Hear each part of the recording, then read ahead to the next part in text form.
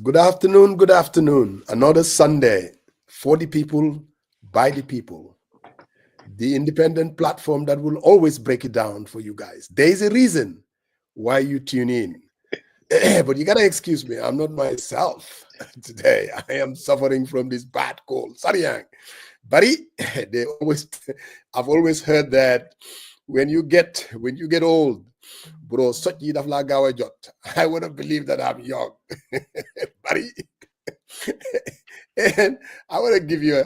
I went to this restaurant, this Senegalese restaurant the other day, and then we were all in line, and then this young guy, he just kind of step aside, ne, Papa, yo, man gay jalla. I'm like, reminding me, I'm an old man.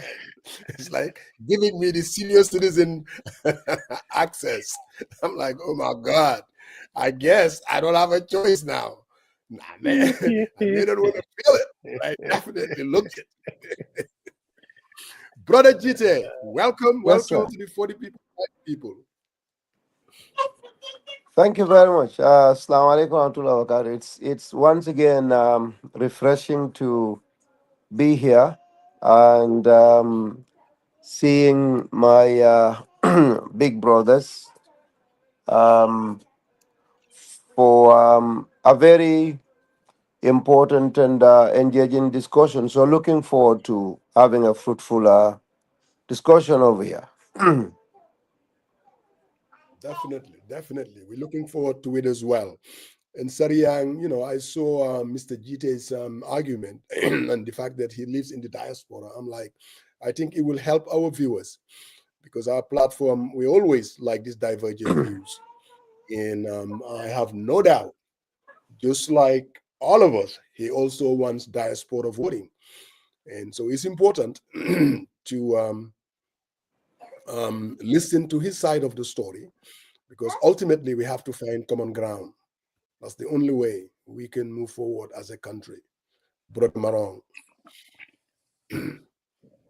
That's correct. I didn't read his argument, but Gita, welcome to the show, and we look forward having a good conversation with you. Thank you. Yeah.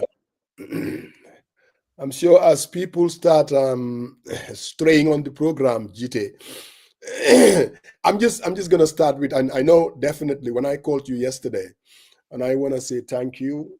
I just called and said, hey, we want to invite you to the program tomorrow, and you did not hesitate. And all you said was what time, and then I gave you the time. So we definitely appreciate it. But and obviously the issue would be diaspora voting. But I'm also going to take an opportunity because I saw you in the Gambia about a month ago, and you were there campaigning for Masembe, the Masemba ward. And I just maybe help our viewers. What happened in Masembe? Obviously, things didn't work out. And I know when Jite goes somewhere, he goes all out to win. Somehow this time around, it didn't work out. What happened, Brother Jite? Well, thank you once again, and to the viewers, from all over the world or wherever they might have been. Ramadan Mubarak to all of you.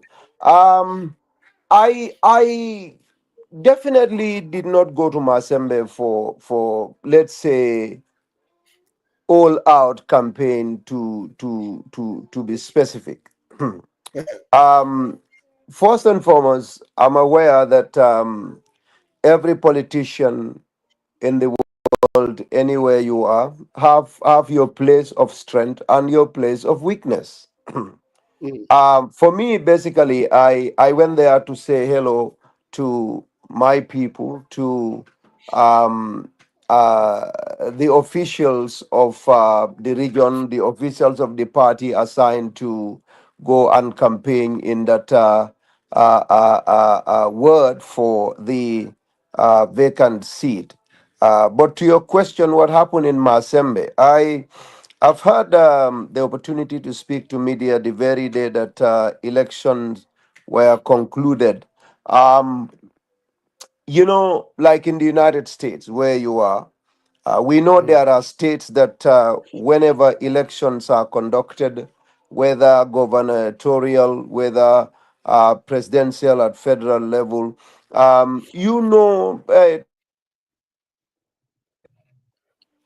to a larger extent, I mean, what the outcome is going to be for some states. There are very clearly red states. There are states that are very clearly blue states in the United Right. States. When Right. elections come, um, when you come to Canada, it's the same thing. When you go to Gambia, it's the same. There are places where, whether you like it or not, when elections are coming, you tell yourself, except under very special circumstances. These are predictably, areas that are deposits for a particular political party. So it happened that Kiang, Masembe ward especially, is a UDP stronghold and has been for a very long time. And so, for politicians, it's always good for us to always go and look for addition, to whatever we have. But we try to get what belongs to someone else, and we didn't succeed. Yeah. Yeah. But a little bit of pushback now. Pushback. Some people are saying this might be that your stock value has gone down a little bit. And what we saw in Masembe could be easily replicated in other constituencies because this is telling us a story. I mean, how do you react to something like that? Well, for a statistician, or for somebody that pays attention to figures vis-a-vis records, um, let's say, you, God forbid, a position becomes vacant in Basse, anywhere, let's say in URR or in CRR or even somewhere in Salum or Opanyomi. Right. um, it's very clear that uh, the ruling party NPP is most likely going to be winning.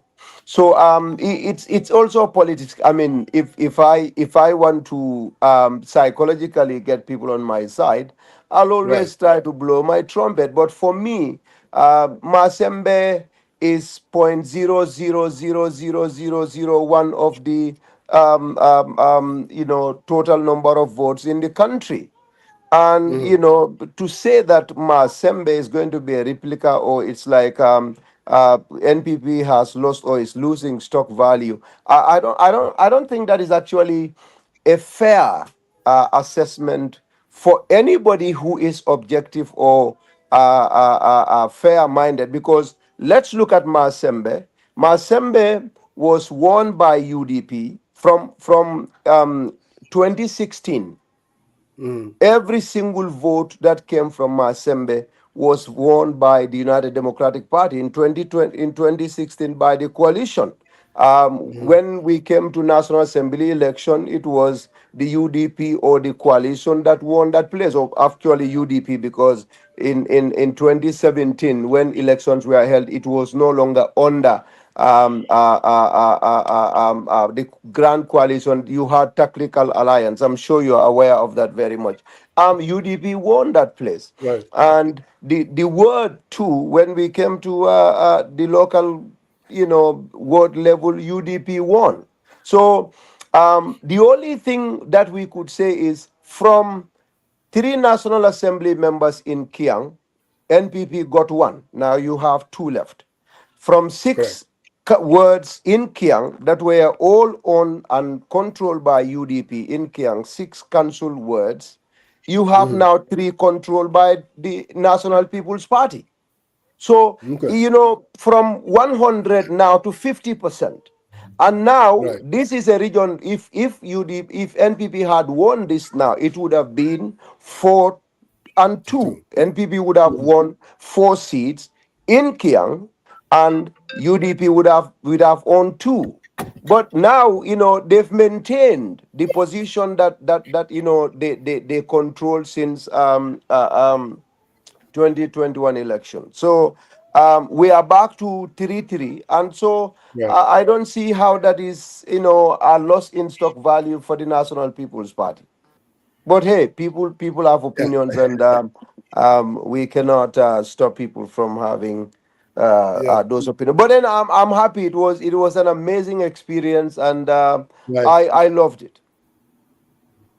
Thank you very much, Gita. I just wanted to throw that in the mix. I guess we're gonna get to the meat of the program today, the diaspora voting, and I'm gonna allow my good sailor here to, unless he wants to pursue the Masembe issue, Brother Marong and Pap Samba. Welcome. You're late today. What's up? I mean, No, I was. Well, thank you, guys. Mr. GT, good Yeah. to see you. I was on an other forum with Alaji Mbow, organized by the Solo Sending Foundation on this diaspora vote issue. So you see, I've okay. been talking since 10 o'clock our time here. So, but I'm hot. So let's go. You're hot I'm there. warmed up now, ready for the game. Master Serian, good to see you, my brother. Good to see you, Coach. Thank Yeah. you. Musa, you look very energetic. This guy, No, you bro, look like I'm somebody. not welded. Yeah, I very got a good. bad cold. You know what? Huh? Very cold. They tell you the very cold. Still a fever. Everybody gets sick during very cold. It's okay. Bro, Brother Marong, go ahead, sir. No, I don't have any questions regarding Masembe. So, Yeah, yeah. Then let's go. Let's dip into the diaspora yes, voting. let's get into business, man. Okay. So Jide, Yes, sir. I wanna with this diaspora voting, like I said in my opening remarks, you Mhm. live in the diaspora, I live in the diaspora. Going all the way back during the Jammeh regime, there was a reason why the guy, for whatever reason, he didn't want us to vote. That was his, there was just no discussion about that. We all fought to bring about change, and the expectation is when we remove tyranny, replace it, and the role that we play, that not only the diaspora will be enfranchised. All of us thought that that would happen. That would be the first thing, that this change government that we invested in would happen. 8 years later, Brother GT, it hasn't happened. And now all of a sudden, there was a vote that happened. Let's put aside the legal issue and just look at how some of us are seeing it. That this is a government is acting just like Jammeh. They don't want us to vote for whatever their reason is. They don't want us to run for public office.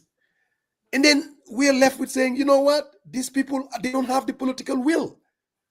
Legal issues set aside. How do you feel as an NPP looking at how some of us feel in terms of the way they're handling it? We're talking about 8 years later. The political will is not there, GT. What say you?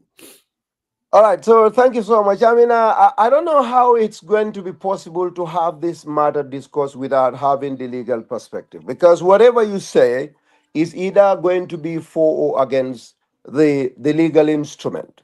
And of course, I would hear people talk about morality and all of that, and sometimes these two are very highly interlinked or interrelated. As you've rightly said from the start, I'm a resident of diaspora. And if there is anybody who spent resources on Gambian election, especially since after the coming into office of Adam Barrow, I don't think there is anybody that has spent a lot more of personal resources than I do. I went to Gambia to participate in voter registration. I paid my ticket. I came back to Mhm. Canada, went about doing my work. 6 months before presidential election, I was back in the Gambia again. I was there until 2021. I voted. And again, I paid a ticket. That was the second time. When I came back, parliamentary election came. I chose a candidate that, was not the choice of the NPP. I flew back to Gambia again and paid my ticket again and left my job, campaigned for the National Assembly member. I flew back again. And I went back again to participate in the local government elections. I voted in the councillors election at ward level, and I contested myself. So I have participated, or I participated in every single election that occurred after 27, after the fourth cycle, that is the 2016 election. So personally, I've invested a lot of resources, and this means a lot to me when it comes to participation in Gambia's electoral or whatever you call it, participating in a democratic process. And I've made my position very clear from the day the first draft constitution was being presented to different Gambians at all parts of our, of the world. I've made it very clear that the 2020 draft constitution is biased against dual citizens because it did not allow them to seek for office of president and vice president. I made this clear. When you go to my Facebook, the records are there. Yep. Understood? And I also believe that Gambian diasporans should have, the opportunity to participate, not only to vote for people in office, but they also should participate in seeking for office, and I'm sure anybody that follows Jide is aware of that. So if let's say you are not talking about the legality, I 100% agree to the fact and with the people that says Gambians in the diaspora should have the right to vote and equal right to be voted for when it comes to seeking positions of responsibility, elected positions of responsibility. So I agree with you. There is no disagreement in that. Yeah, but but what we are saying though, the NPP, based on again for the past 8 years and the vote that actually happened, they haven't shown, because you have to understand the people that voted for that clause. I mean, they know about the legal issues. They did not hide behind the constitution. They came and said, you know what? We are going to put our money where our mouth is. We're going to vote to allow the clause to be included. But NPP decided that nope, we're not gonna allow diaspora voting. So do you see how people think that it's all about the political will? I don't know whether Jite, you back? He lives in Canada. Maybe Trump has taken their internet too.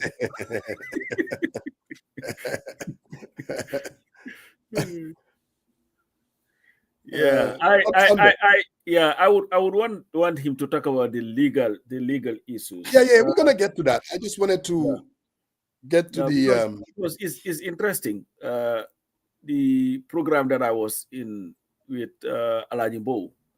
right. Now he's arguing that there are no legal problems. That's a new argument now. So There are no legal problems. yeah, now like I told him during our private discussion with him that they are moving the goalposts. Now their focus is on logistics, and all that. So now his argument was nobody voted because of legal arguments. I'm like, maybe you were not paying attention. We had the Attorney General what he said. He brought his own bill and questioned his own bill based on section. People keep calling me, so I people keep calling me. I thought maybe Trump has also taken away your internet, Canada. Nah. Yes, so I wasn't getting you, so you can go over what you were telling me. No, I'm sure my other comrades will get into the legal issue, but I just want to stay with the political issue. What people have seen, what NPP has demonstrated, again, Jite, is that lack of political will, just like Jammeh. I mean, they've been 8 years in office. If President Barrow believed, knowing very well, Jite, what you invested to bring about this change. I remember Jite during the Fatu Network. I mean, you invested in this. You played a pivotal role to bring about change in 2026. So for the diaspora, we are not asking for individual compensation, John Jite ministerial position or Sankare this, Sankare that. We don't care about that. What we care about is the collective that these people invested. They are Gambians, but your party hasn't reciprocated based on our investment. So that's a clear manifestation that they are not committed. They don't have the political will to have us vote. What say you to that? I mean, okay, so I mean, a political will is defined, as far as I'm concerned, by visible action, to be seen to be doing something. I think there were some issues along the way, but there has always been a political will. The fact that elections bill 2021 or 2021, this election bill is actually 2021 election bill. That was before even the presidential election. So it was drafted before the 2021 presidential election. The Right. clear fact that government through the Ministry of Justice had to do consultations and come up with a new bill that included Section 14, which is actually about the diaspora, tells you that government has a will. What I think happened was that along the way, some very unfortunate situations happen. The 2020 draft constitution has a lot of relations with this elections bill 2021. A lot of sections that has to do with the rights to vote and be voted for and where you are and where you're going. I mean, aligned with the elections bill 2021. If you have actually taken time to go through the 2020 draft, this was in anticipation that the 2020 draft on constitution was going to be passed. And if it were, passed, we wouldn't have been here, because you already have some very, very supportive clauses and sections in that constitution that supported this bill. I mean, very, very well. So it didn't happen, and now we have some legal issues. So I would believe that there is a political will.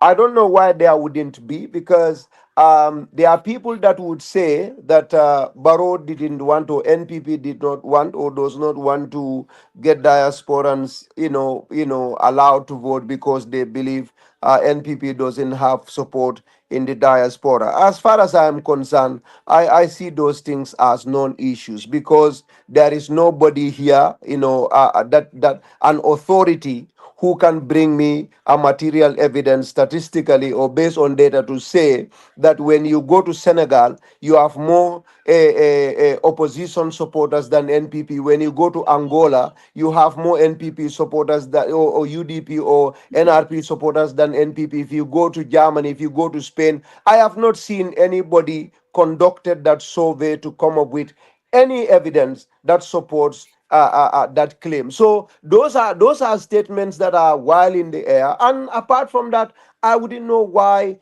NPP, that has some very powerful, very, very powerful and consequential support or supporters from the diaspora, will not want diaspora to be enfranchised. We have some of our best minds from the diaspora, the likes of Fabu Sane, the likes of Alkali Konde, the likes of Sundu Ture, the likes of Suleiman Kamara. You go to the United States, we have a lot of our supporters there. So you have some of our people in the United Kingdom, Lamin Demba, the deputy head of mission in Spain. So why would we not want diaspora to be registered? When it is based on that. Apart from that, anyways, I don't know, because again, the government is on record saying, how much it appreciates the contribution of the diaspora, especially as it relates to economic contribution. They've said this and said this, and of course, we all get frustrated. Like I said, I am on record, not even long ago, challenging the entire cabinet for not allowing us to have the right to participate in National Assembly elections as candidates, to not be Right. allowed to hold positions in cabinet, to not allowed to run as president and be vice presidents. I am on record. Probably you've not seen that. So we are Philip, all frustrated, but I think NPP as a party has a political will. That I believe. Brother Morong or Pap Samba. All right, Jide, thank you very much for coming on the show today. I wanted to Okay. follow up on the political Yes. will Mm-hmm. part. Yes. I think actions speak louder than words. So the first time when the 2020 draft was brought to Mm-hmm. Parliament, Yes. if you could remind us what leads it to fail, to pass forward, and how you can interrelate that with the political will and the composition of the NAMs in the National Assembly who voted against the bill. So you want me to tell you how the 2020 draft was rejected? No. I heard you said there Yeah. is always a political will. And I Yeah. wanted to kind of dissect Yeah. on that concept a little bit to understand Mm-hmm. what do you mean by there is always a political will. Mm-hmm. When in the first place, when the bill went through to Parliament, I Mm-hmm. want us to share, the voting tabulation, which parties voted against the bill, Okay. and Okay. subsequently, So okay. Let me very easily.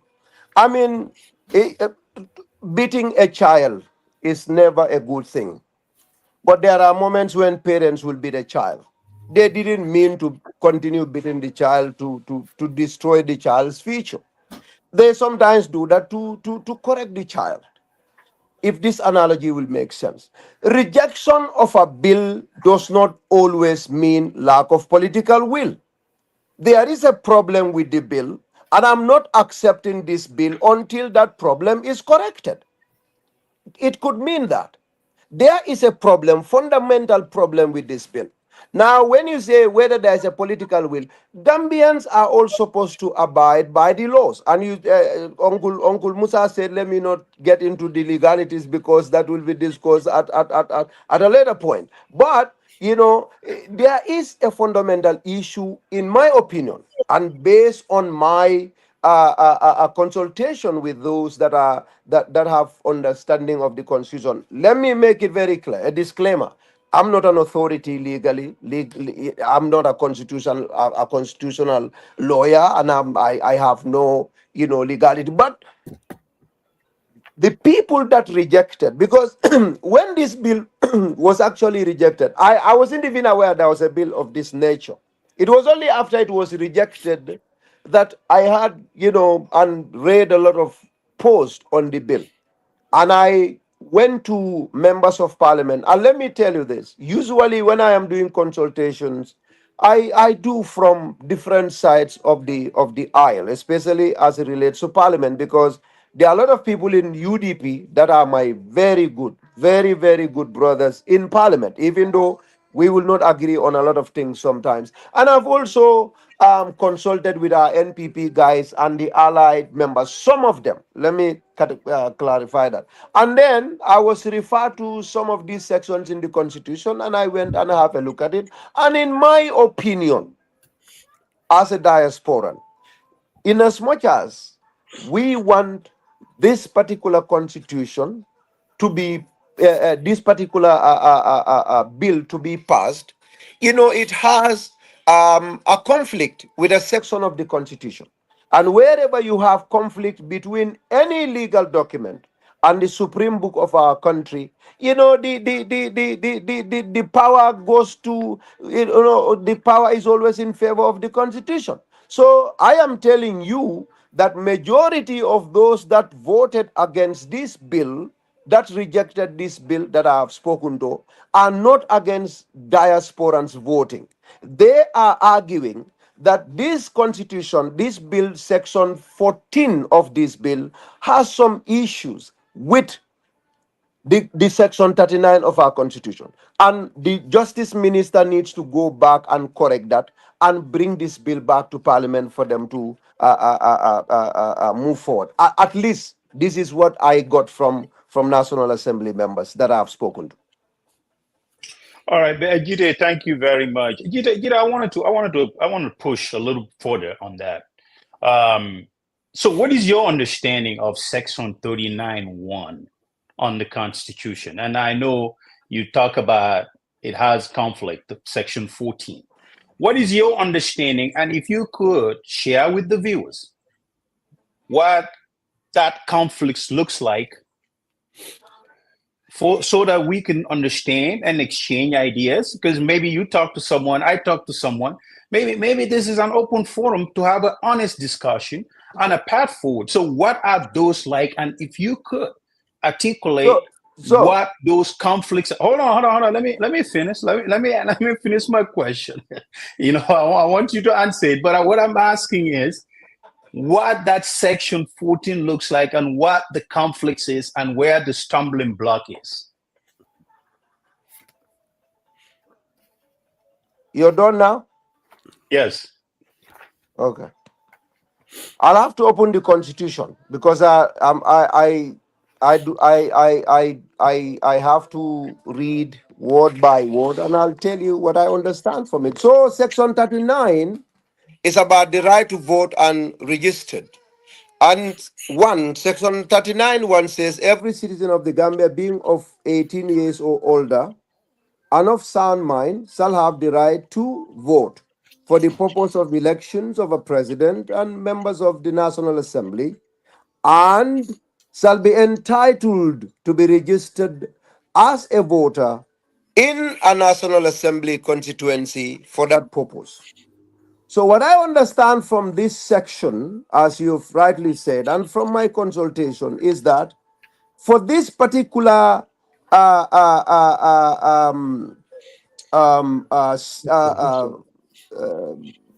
bills that the National Assembly rejected, there are two things that are enforced in section 39. One of them is, if you're of sound mind, the law allows you, without any limitations, to register and vote.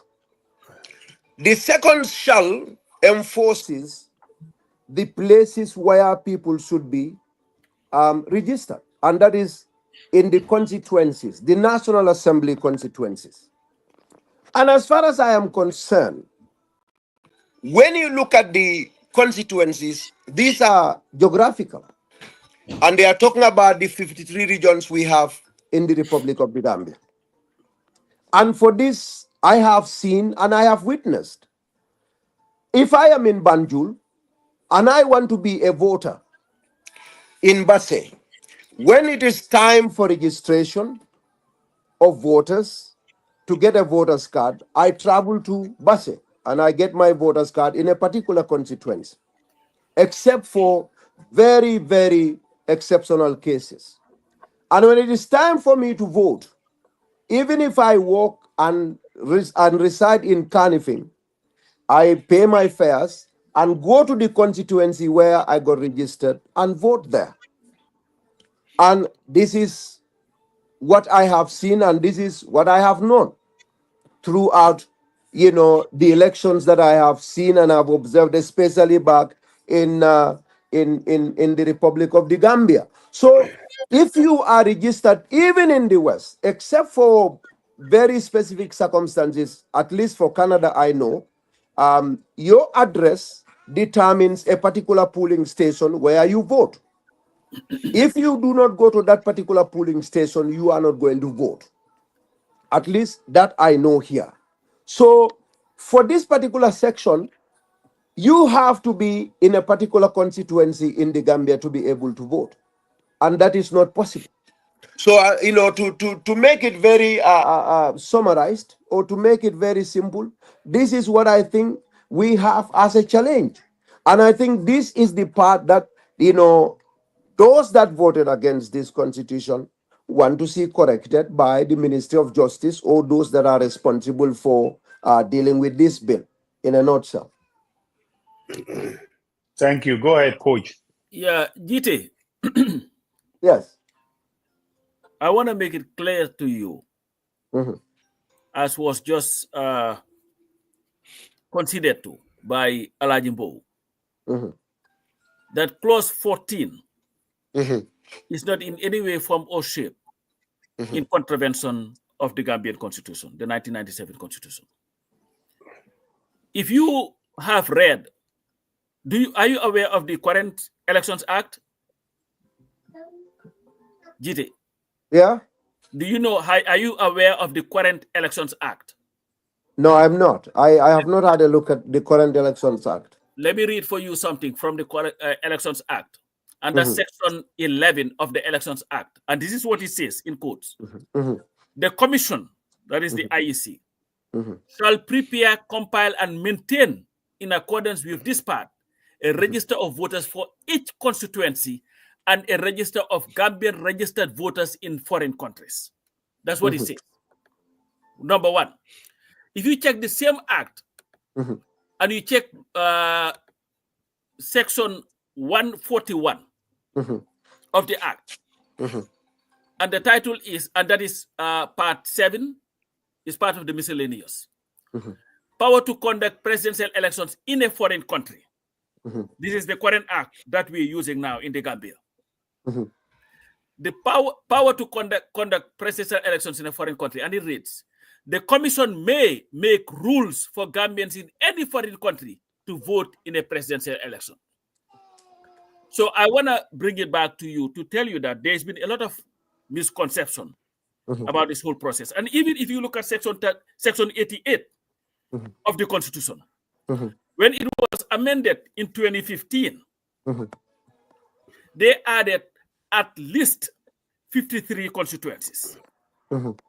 And the reason for that is to give it a leeway where the IEC, the Constitution Boundaries, the Constitution Boundaries Commission will be able to demarcate other areas as constituencies. So what I also want to say here is there is no contravention between Clause 14 and Section 39 of the Constitution. And Musa, if you would allow me, has anybody in fact read Clause 14 that we are talking about? If you allow me, I can read it. Go ahead. Read it. And that is this current bill that is being tabled. Yeah, Section, clause, yes, read Clause it. 14. And it's titled Registration of Gambians Living in Abroad. So first, we can establish that Section 11 of the current act, Section 141.2 of the current act, all give Gambians and the IEC the obligation and responsibility for law to register us to vote. So there is no contravention. There is no legal issue there. This is this whole thing, Clause 14, subsection 1. The Commission shall register a Gambian living outside of the Gambia as a voter if he or she satisfies the requirements for registration prescribed under this act. So pretty much it's almost in line with the current one that we have, 11. Okay? It gives 2. The Commission shall, in consultation with the Inter-Party Committee and Cabinet, prescribe detailed rules for the registration and voting of Gambians living outside the Gambia to vote in presidential elections, referenda, or any other election as determined by the Constitution or any other law.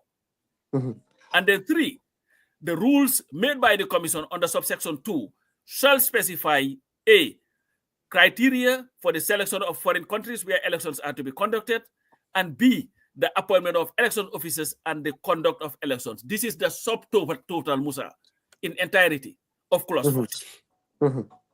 And nothing in Clause 14 contravenes any part of the Constitution. If anything, GT, is that what they are attempting to do is take away a right that was already guaranteed to Gambians under the previous act, which will be in contravention of Section 26 of the Gambian Constitution.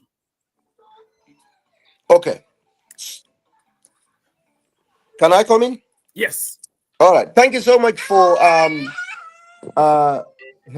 thank you so much for bringing up these acts as you've rightly made.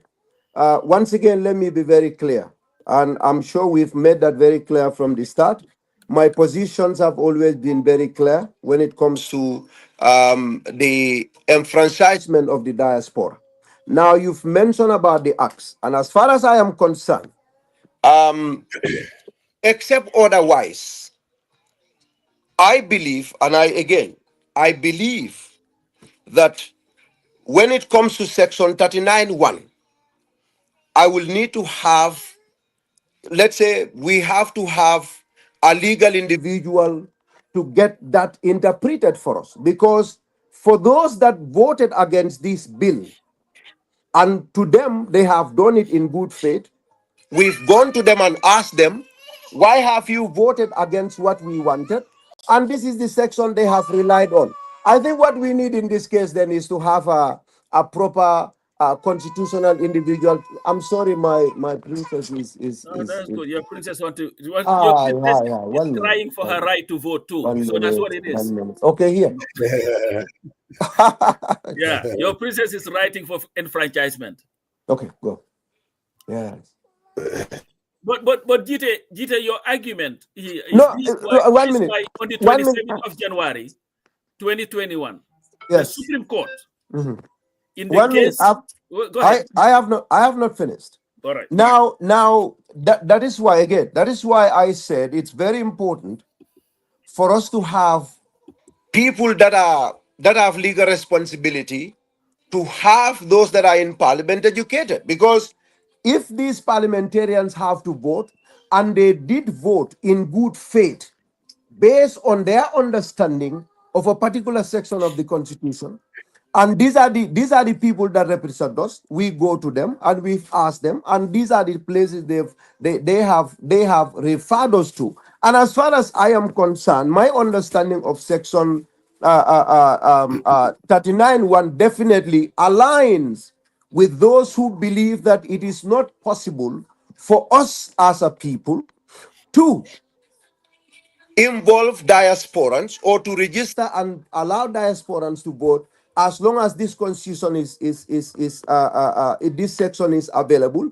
You know, we have a problem, and this is about the legal issues. This is about the legal issues. That's what we're talking about. There are also logistical issues that have been discussed, and I'm sure we have not read that yet. But this section, as I have explained to Sariang, my understanding of it, based on those that supported the rejection of the bill, is that it is not possible. And you are quoting the acts as opposed to a constitution. I would have loved you to interpret this constitution, this section, in a way that is different from those that previously discuss it to us, because every single act you see is subservient or is answerable to a section in the constitution. I'm sure we are clear about one thing here. All of us want to vote. All of us want to participate in an election. There is no doubt about that. But we have to have things cleared. And as far as I'm concerned, as it stands now, I am not convinced that because you have read this act, this particular section of the constitution, therefore means something different than it was explained to me. All right. So you talk about the constitution. I'm still on my time, isn't it? The Supreme Court. That's what I was go ahead.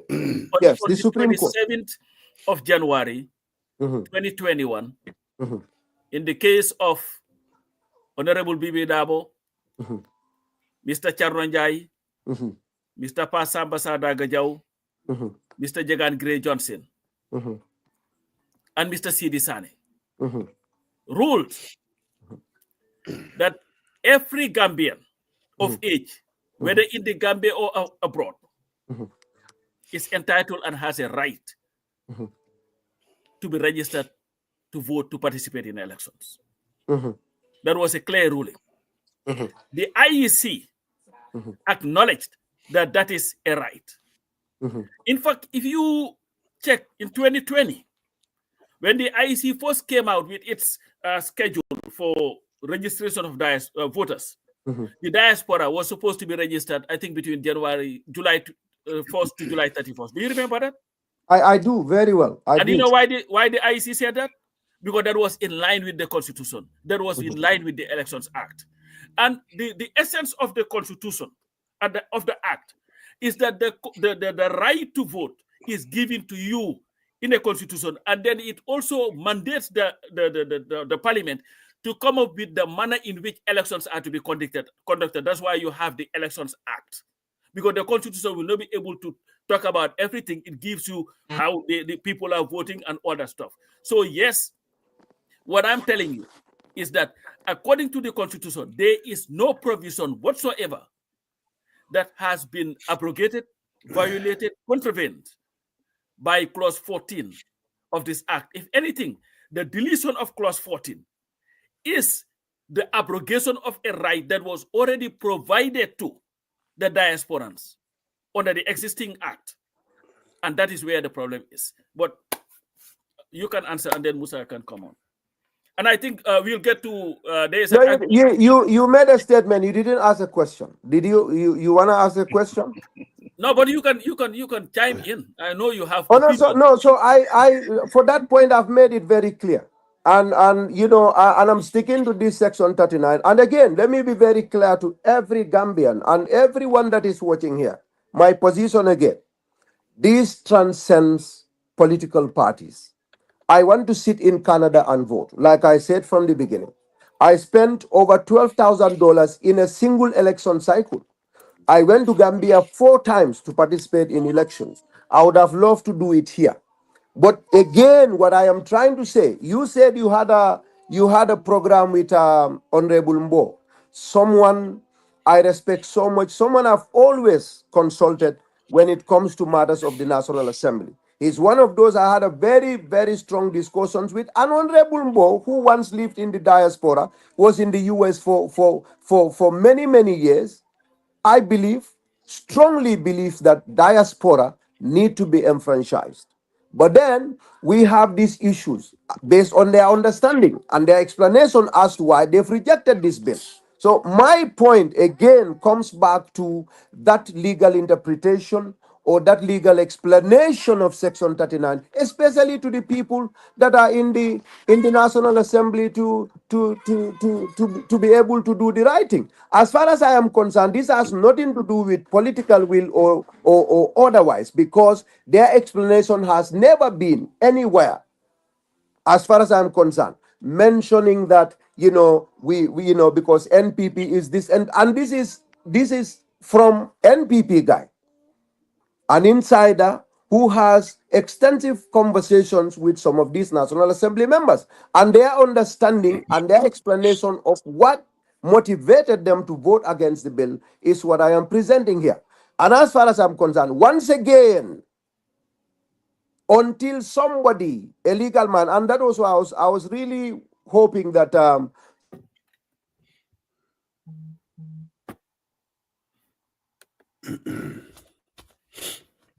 Yeah.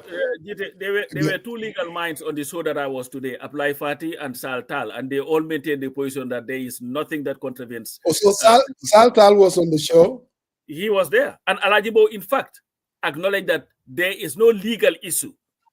Now they've moved from legal issue. Now they're talking about logistics. But why should anybody's rights be put aside based on logistics? What is logistically possible? No, there is a right.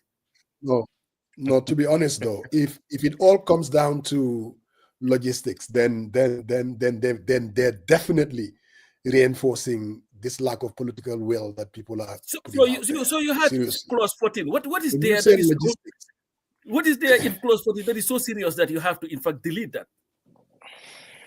And there was something that you said that kind of caught my attention, and that is, if in the current Election Act, all right, yes, and you quoted clause 11, yes, is the same as clause 14, and they allow the Election Act to pass, notwithstanding the Constitution hasn't changed the last time I checked. No. So why would it be? You know what this the current act, Sibo Pamsa, we want Decree 78. Mm-hmm. So if clause 11, yes, 11 stipulations is the same as clause 14, pretty much. Sorry guys, people call me and I keep dropping. Hey, I'm so sorry about it. Tell President Barrow if he wants, he can come and speak for himself. We've been trying to get him here. Let him stop calling you. I mean, you'll have to speak to the party officials. Again, I'm not here to represent NPP. No, no, no. Like you said, I'm just joking yeah. because I'm alluding that maybe he's the one calling you, That's fair giving you enough. pointers. So tell him to come and speak. You know. So So, yes. so Jide, Yeah. so Jide, Yes, we sir. all went back, and even when I watched your video, yes, I went back and I read um, the section 39 that you've just quoted. Yes. Now, you got to understand that, like Pasamba said, Mm-hmm. the Supreme Court, they had a Yes. say in this, and Yes. they were well aware. They were absolutely well aware of everything. You're talking about, I mean, these are the people that will interpret what's in the Constitution. But they still came back and said, the diaspora, they have every right to vote. So, So the thing, some of us, you're talking about, let me just finish. You're talking yes. about you need someone to give you Mm-hmm. a legal interpretation of this section 39. But the Supreme Court of the land has already given you a legal interpretation of that. What Mm-hmm. do you say to that? They don't know what they are talking about? I wouldn't say that Supreme Court does not know what they are talking about. Mhm. I understood when Bakari Bunjadabo went to the Supreme Court with the names that were mentioned by uh, Pasamba. Coach Pasamba Jao as it relates Mhm. to the rights of the diasporans to vote. But even with that, there has been arguments regarding the addressing the issues of diaspora constituencies or how Gambians would be registered in the diaspora specifically. So for me as an individual, again, let me go back to this because the country is so polarized and there is so much hate and divisive politics to a point that if you are not with people in the same camp, there has always been this hate, and just be on another side of the aisle. Nothing that comes from you makes any sense. That is why I have to repeat this again and again and again. Ahmad Jita lives in the diaspora, and I 100% am in favor of emphasizing the diaspora. Now, when you look at Alice, you have to stop that. When you look at this section again and the verdict of the Supreme Court vis-a-vis logistical challenges, which is what I am coming to now.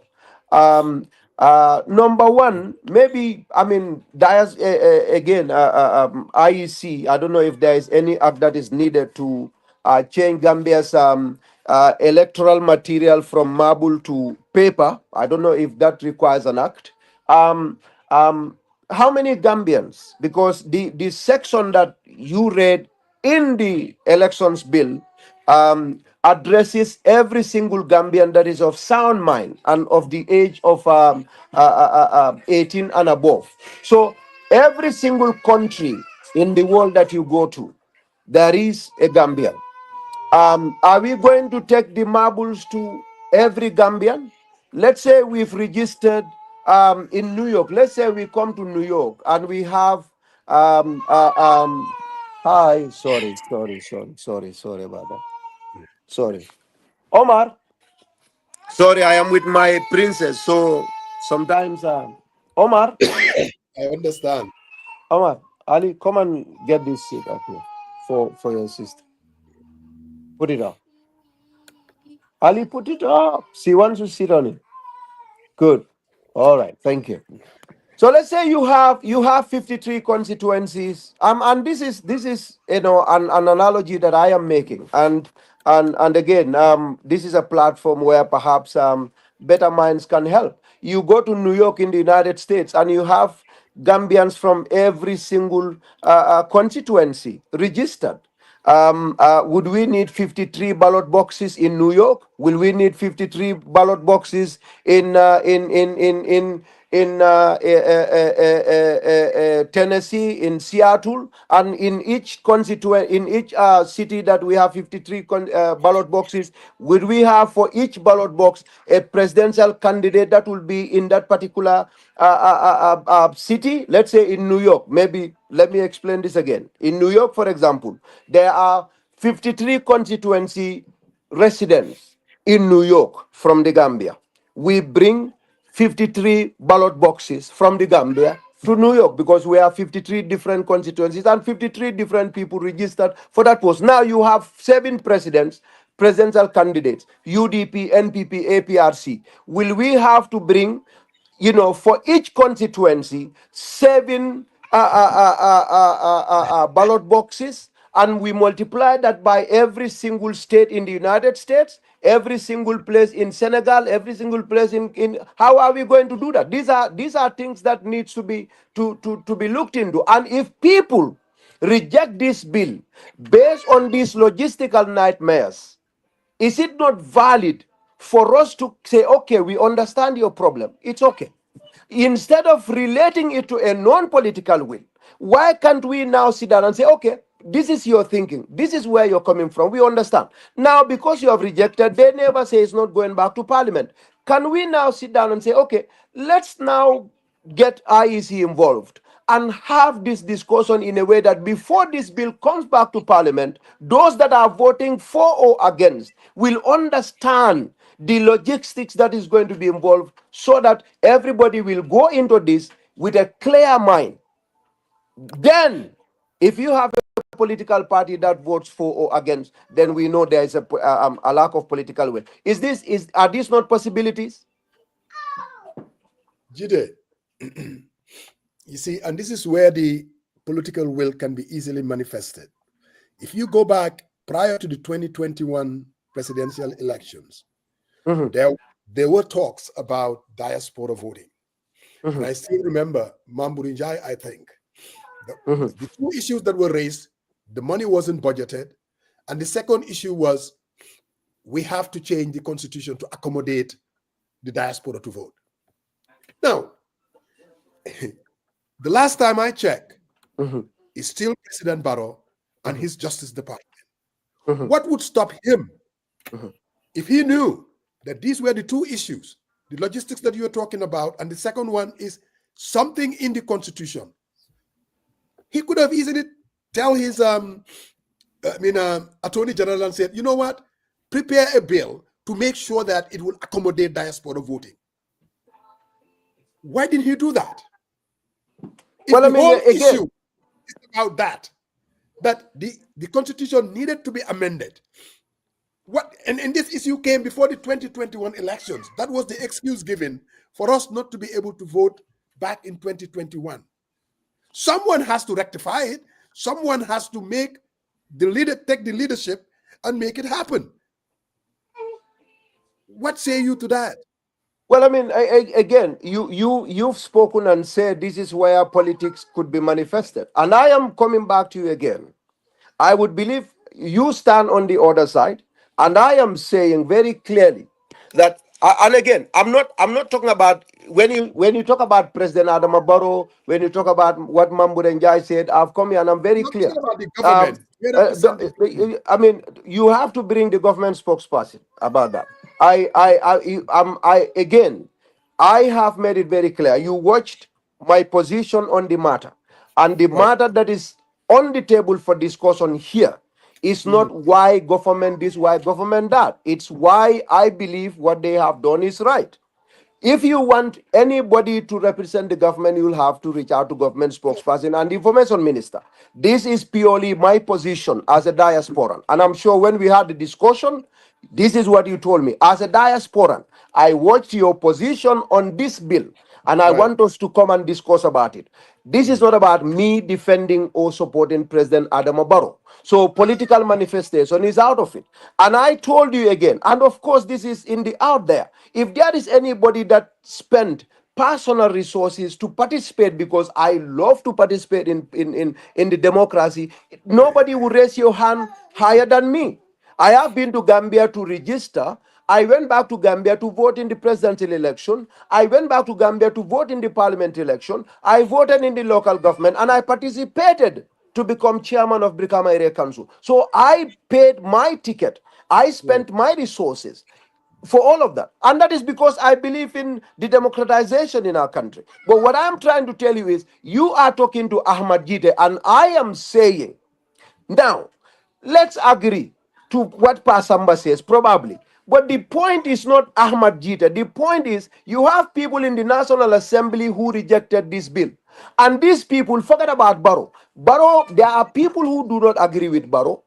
In fact, the circumcision, the female circumcision bill, there are NPP members of parliament who did not agree with the president on that matter. So it's not about Barrow, it's about focusing on the National Assembly members. And I went to these National Assembly members to ask as to why they voted. Yaya Menteng came here.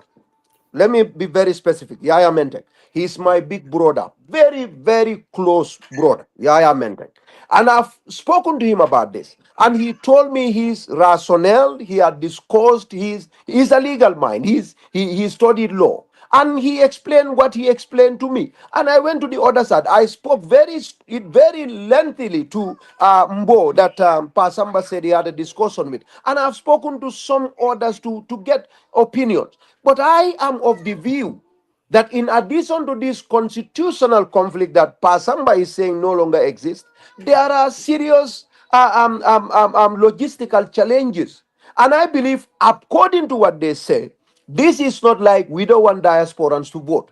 We want these sections of the constitution to be amended and also address the issues of logistical challenges before we can bring it back for diasporans to have the right to not only vote, but also create an avenue for them to participate in the electoral process to hold positions in the National Assembly. This is what especially Honorable Bo explained to me. And for somebody to tell me that, I can only hold him in good faith. I believe, and I strongly believe in him, that his rejection, his rationale for rejecting this constitution or this bill is purely based on good faith. And so there is no lack of political will. And this is where the issue is, whether there is political will or not. I don't believe there is lack of political will. Yeah, Sarian, just quickly.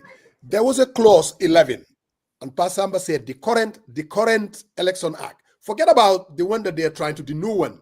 The current clause the current election act. That act in itself is not in contravention with the constitution. Even if we were to rely and just set aside this new bill, that would still give us the right to vote. Because just this current election act itself that he just read out. So okay. Let me play the devil's advocate here. You are going over the same thing, and perhaps maybe my English is so bad that you don't understand what I'm trying to say. No, your English is just fine, my brother. No, so what I am trying to say is very simple. I know you are trying very hard to convince me, and on the issue of allowing diasporans, Gambians resident in the diaspora, to exercise their right to vote and be voted for, we all agree. There is nothing, even if NPP says no to that, I will not support that. Because, again, I am on record saying that the new constitution that went into parliament, the 2024 draft, that maintained sections that denied us from participating in National Assembly and in holding ministerial positions and even vice president, I believe was very wrong. And I am on record making that very clear and challenging our cabinet led by President Adama Barrow. Probably you have not followed that. I am on record. No, I did. And you're also wrong about that 2024 draft. The 2024 draft did indicate that Ahmed Jite can become a cabinet minister. You are reading the wrong 2024 draft. So let's move forward. You are reading the wrong 2024 draft. I mean, I at least I may read a section and my interpretation or understanding of its meaning may be flawed, but I know what I am saying. And if there Yeah. was anything different, there would have been a pressure to that effect, because I mean, I know what I am saying. Again, even if I am wrong, let's say I am wrong, at least there is a position that I hold, and that is diasporans have right to To vote. participate, become National Assembly members, to become ministers, to become president and vice president, at least even if I were wrong. Yeah. At least that is the point and position we are trying to establish here. What I am trying to say is that if this constitution, this section that a lot of our people rely on, is wrong as per the discussions, as per the statements Pastor Mbajao made, these are still the people.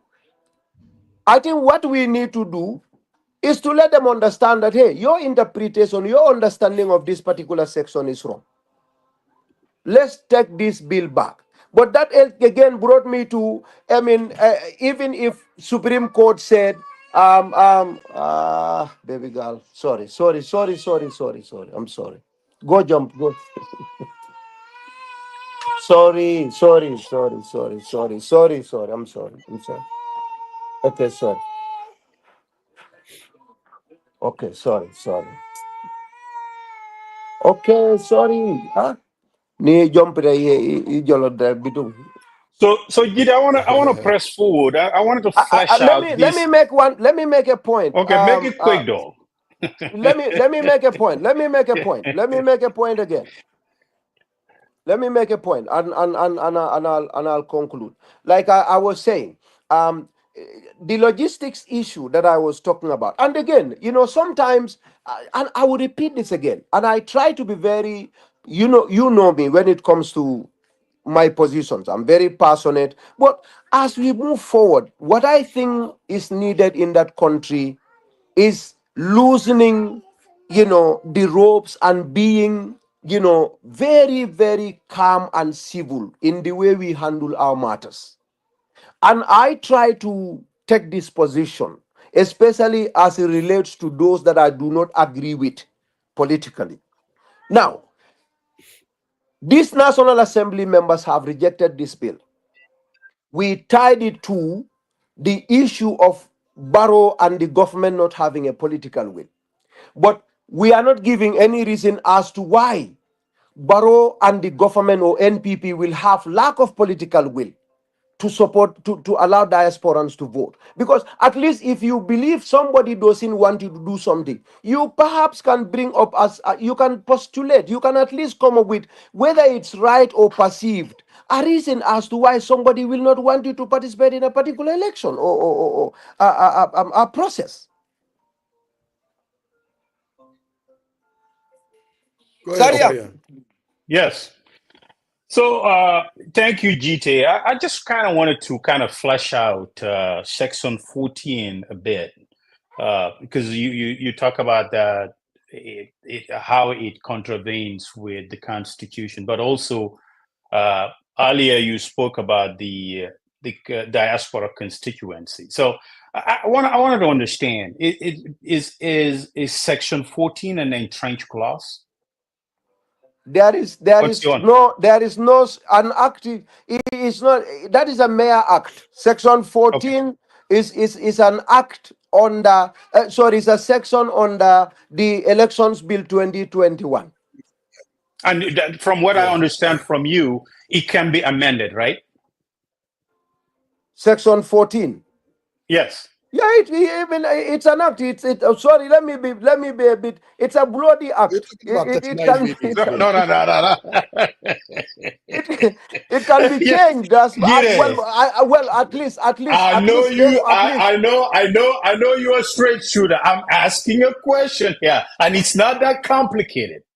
I Can mean, it be I, amended, brother GJ? because it is an act that is not yet. It's a bill that is not yet passed.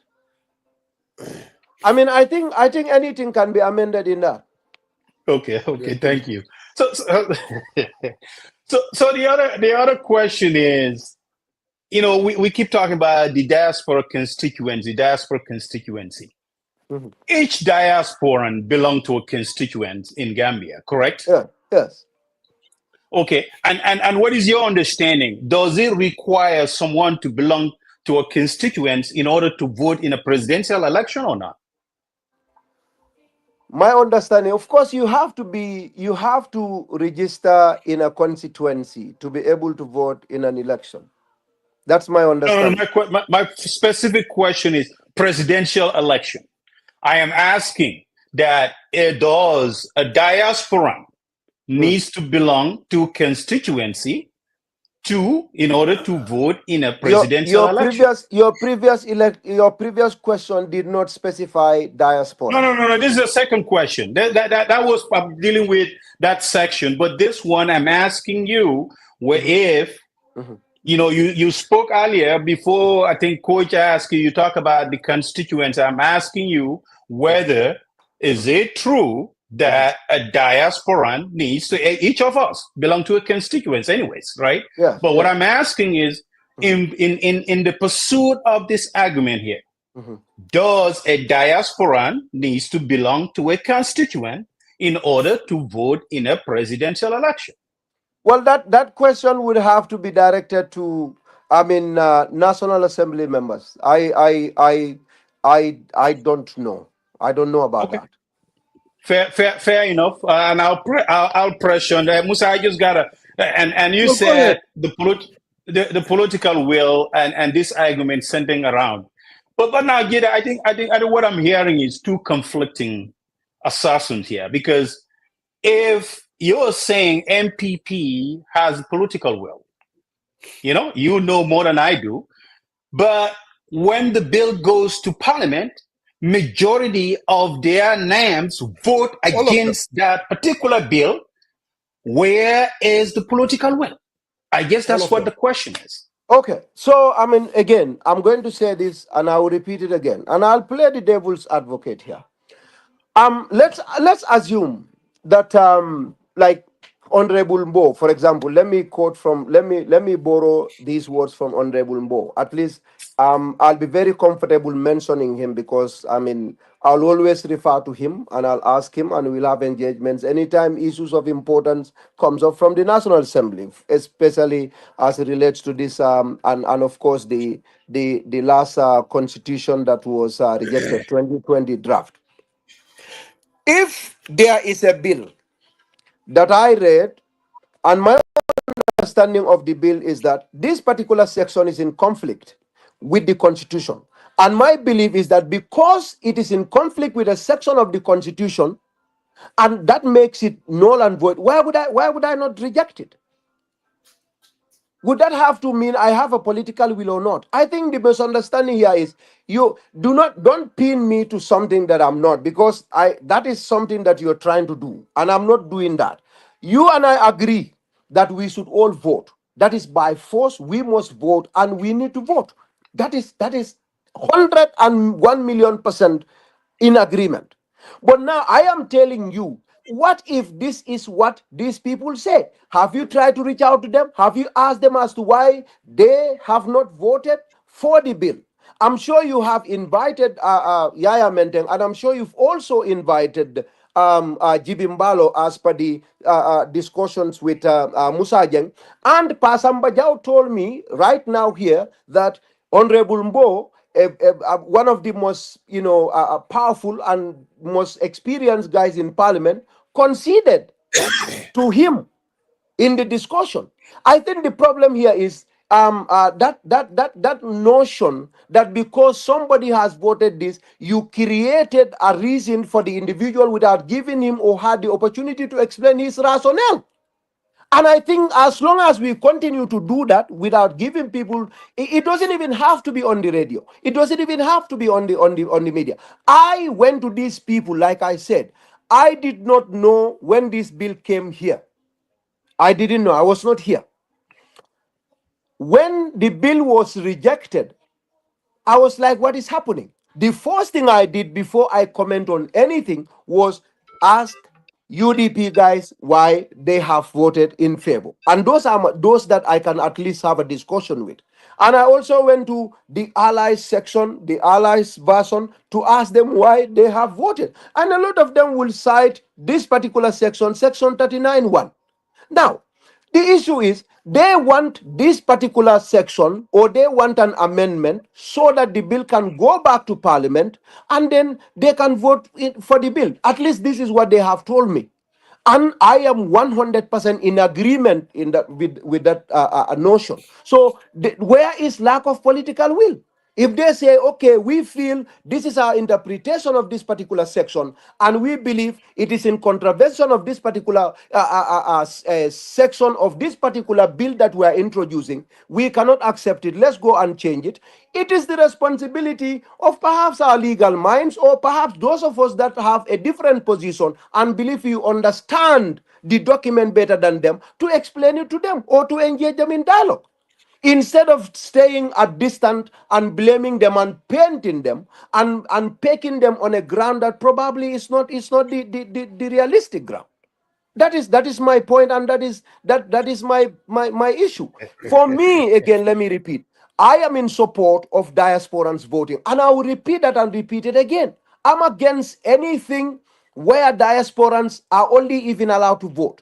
I want them to participate, to also hold positions in government. Let them be National Assembly members. Let them even participate in the presidential election as presidential candidates. 1,000,000%. I'm fasting. And wallahi, this has been my position. And I don't compromise on those positions. So I don't know where the issue is. Okay. All right. Well, thank you, Gita. I just want to hold on, Musa. I want to make this clarification. You can always speak from your personal vantage point, but you cannot speak for the greater good. From my vantage point, since this issue happened, I reach out to a few names, and including the Fonyi Jarol, Keba Sane, and you can reach out to him. We had a long conversation, and those conversations are ongoing. Okay, and I think I want to be clear. I mean, maybe that's a non-alliance APRC, so you can see where this thing is going in terms of engagement and trying to listen to folks what their understanding is. And I think there is a misunderstanding on these clauses, and it needs to be flushed out a little bit. Just want to share that. Fantastic, but that is not reflecting your position here. I'm glad you have reached this out. You have reached out to this guy, and I'm glad you've made it very clear that there is a misunderstanding of this clause, and this is where I want to get. And not there is no political will. Reach out to an NPP MP and listen to them. Sidinja is there. Reach out to them. Ask them. I will not reach out to. I will reach. You know who I will reach out to? Yes. Keba Lamfofan. I'm not reaching out to Sidinja at all. I mean, with all due respect, Coach Pasamba, go ahead, please. Reach out to Keba Lamfofan. Reach out to Billy Tunkara. Reach out to all of these people. Like, I'm so happy. Send me their now numbers. we're having a conversation now. But it's not about lack of political will or otherwise. I don't believe it's that. Okay. Well, if you vote certain way, and you're saying you have the political will, it comes into question and it comes into public scrutiny. But with that, I will yield the floor to my man, Coach Passenberg, for my next round. We'll go at it again.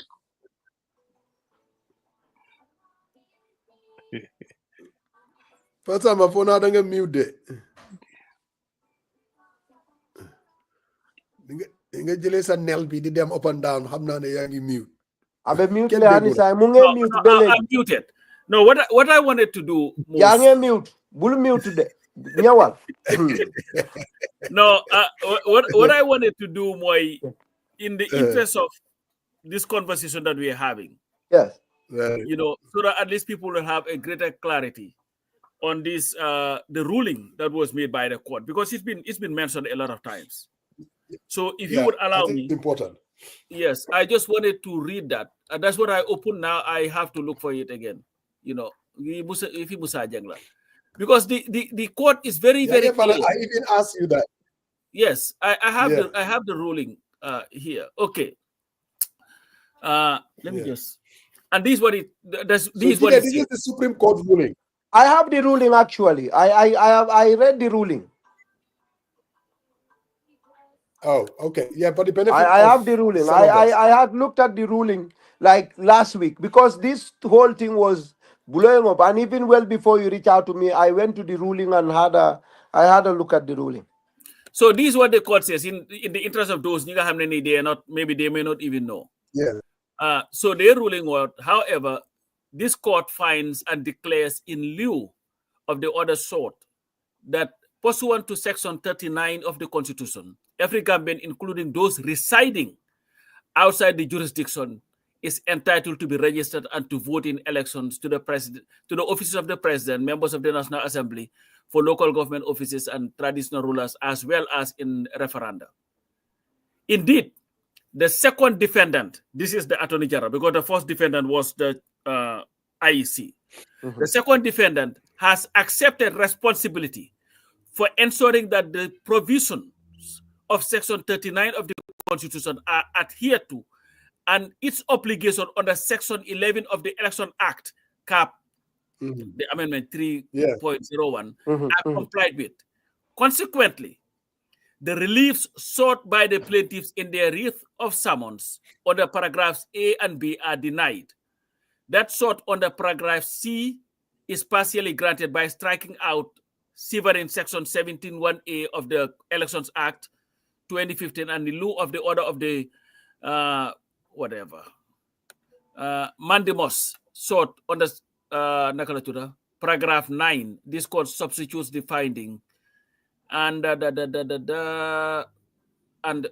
where is the rest of the page? I don't have the rest of the page.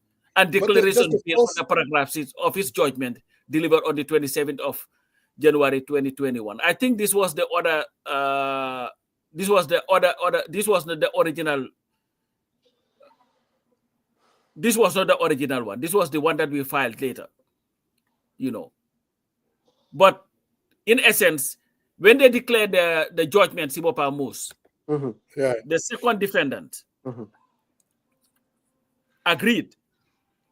It was their responsibility to make sure that they would complied with both Section 39 and Section 11 of the Elections Act. And that was to make sure, like they ruled, because the court had ruled that all Gambians, whether in the Gambia or outside of jurisdiction, are to be registered to vote in elections. And the court, the defendant, the second defendant, was the attorney, because we sued the IEC and the Attorney General. The Attorney General agreed. Correct. We agreed with this, and we'll comply. We'll make sure that we'll comply with not only Section 39 of the Constitution, but Section 11 of the Elections Act. So this is why I'm saying that there is nothing here that says there is a contravention of the Constitution in any way, form, or shape. Okay, all right. I think the other side have come to realize that, like we had the guy from, where is it, Fuladu, who came and... Balo, because even Balo did say here. And you know what is sad about Balo this whole thing? Yeah, go ahead. No, go ahead, Pastor. Sorry. The bill, the Elections Act, did not start, Musa, in 2026.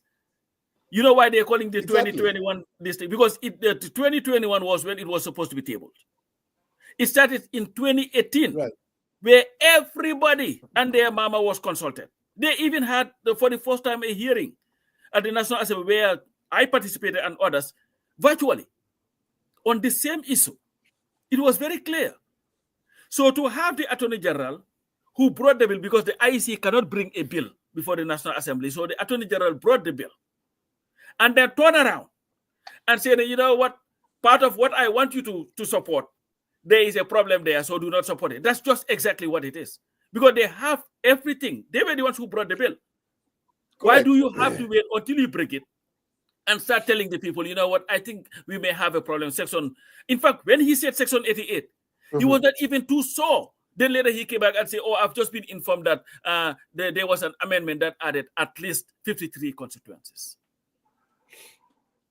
So this whole thing, I don't think makes sense. And Jide, what I also wanted to bring, because I've heard your video, we are talking about all constitutional thing and this draft. You've talked about, I heard you talk about the disqualification of diasporans from holding political office. National Assembly and all that in the current draft. Am I right? 2024 draft, yeah. 2024 draft. Yeah. And I think you must have misread it, because the 2020 draft gives Gambians with dual citizenship the right to be elected into the National Assembly and to serve as ministers. That is there. Where the confusion is, because if you read, I think it's section 127 or so of the current draft, where it's talking about naturalized citizens. It's not talking about born Gambians who are naturalized in other countries. It's talking about people who are citizens of the Gambia by naturalization, that they would have to denounce the citizenship of the other country that they came from. But like you, Ahmed Jiti, as now, if not, if this draft should pass, the 2020 draft and this draft or whatever they want to call it passes, you would be eligible to run for National Assembly and to be appointed as a minister without having to give up your other citizenship. So I am in agreement with you when it comes to the 2020 draft of the Constitution. I'm sure you are aware that there were amendments to the 2020 draft in cabinet, and the final draft that was the 2024. Yes, the 2024. That's where I'm reading from. This is the 2024 that is gadgeted. Yes. No, you must have consulted Dauda Jallo and get the latest one. No, believe me, I'm showing you the gazetted one. Mr. Jallo, Coach, there are things that I am probably privy to, and you know, with all honesty, you know very well that I wouldn't come out, and the matter that I discussed, you knew very well that I wouldn't come out and stand against my cabinet, my government, for something that I know I'm in the wrong. Let me tell you what I believe happens. Yes. And I know the president told this to somebody too. I think there is a misreading by him, because this, let me read what was gazetted. Section 127, disqualification for members of the National Assembly. No person is qualified to be nominated or for election as a member of the National Assembly if he or she, either as a registered or naturalized citizen, holds the citizenship or nationality of an other country other than the Gambia. The language here, and you cannot read this in isolation too. The language here is talking about a Gambian who is a Gambian by registration or naturalization, not Ahmed Jite, who was born in the Gambia and naturalized in another country. And that's where the confusion is. I don't know whether that makes sense. Well, I mean, I've consulted widely on this. I think there is a misreading by the cabinet, because they lifted this thing. They lifted it from the 2020 draft. Because if you look at the 2020 draft, if you look at it side by side with this, the wordings are almost the same. But what it is talking about is not a natural born Gambian. What it is talking about is any Gambian who is a Gambian by way of naturalization or registration and wants to run for National Assembly. Now, well, I think again, to be on a safer side on this thing again, we will have to go to the Supreme Court for them to interpret it, because because from just what you have read, and you have not made a consultation, you have not asked a legal mind. No, I did. No, I'm saying, should you not have? I did. Just by it. No, I know. I said you did. I'm saying, should you not have? By just reading this to anybody, like anybody looking at this section and just reading what you have read, it's impossible to make a distinction to say that, no, it's not talking about Gambians that are that naturalized in other countries, but it is other country citizens that naturalized in the Gambia. It's going to be very difficult for anybody to be able to, but well, that was something that I've been fighting for. So if you clarify that, I'm very happy, and I'm glad that is in the Constitution. Yeah. No, when I heard it, I was going to get. I listened to your whole thing. In fact, I had said, I was going to get in touch with you because I think there was some misunderstanding there. Because we've looked at this widely, and no, they have not changed the gazetted one. Sol, it's not changed. No, the No, gazetted one wouldn't be no, changed. That you cannot be cannot changed. change it. No, you As cannot soon as change it that. is gazetted, you cannot change it. The only people who can change it will be at the National Assembly. And the reason for the gazette, and people must understand this, is so that Gambians would know what the bills are, or what bills are there, or going to be tabled. That's it, so that they can get an information. So that is public, not this thing now. There is no way that they can change anything. Because if you change it, then you're not presenting the gazetted bill. Can read this section again, Coach. Let me see my. Okay, let's look at what qualifications for National Assembly. First, a person is qualified to be nominated and to contest for elections to the National Assembly if he or she is Yes. A, is subject to subsection 2, a citizen of the Gambia. Yes. B, has attained the age of 18 years. Yes. C, has attained a minimum of senior secondary school certificate or equivalent, and is able to speak the English language with a degree of proficiency and sufficient to be able to enable him or her to take part in the proceedings of the National Assembly. And D, has at least 6 weeks before the date of nomination lodged a declaration of his or her assets with the Independent Electoral Commission. I have a serious problem with that. In such form as the commission may determine. 2, a person who is registered or naturalized as that's the key thing. Now listen to that. 2, the qualification, that's where the language, that's why you cannot read Constitution in isolation. 2, a person who is registered or naturalized as a citizen of the Gambia is eligible to be nominated to contest elections to the National Assembly if by virtue of the date of nomination he or she has been a registered or naturalized citizen for a period of at least 10 years. And this is why this is also mentioned again. And when you go to disqualifications, it said, as a registered, you remember subsection 2 of 122 to 126, yes. As a registered or naturalized citizen, holds the citizenship or nationality of an other country other than the Gambia. So meaning the requirement is, yes, you are naturalized, you've been naturalized for 10 years, you've been registered for 10 years, you can run. But unless you renounce your citizenship from those other countries, you cannot run for office. Now, this is the most confusing thing as far as I am concerned. Read it. Yeah, no. For in the again, let us understand, because some people just joined. There is no disagreement, amongst us when it comes to this.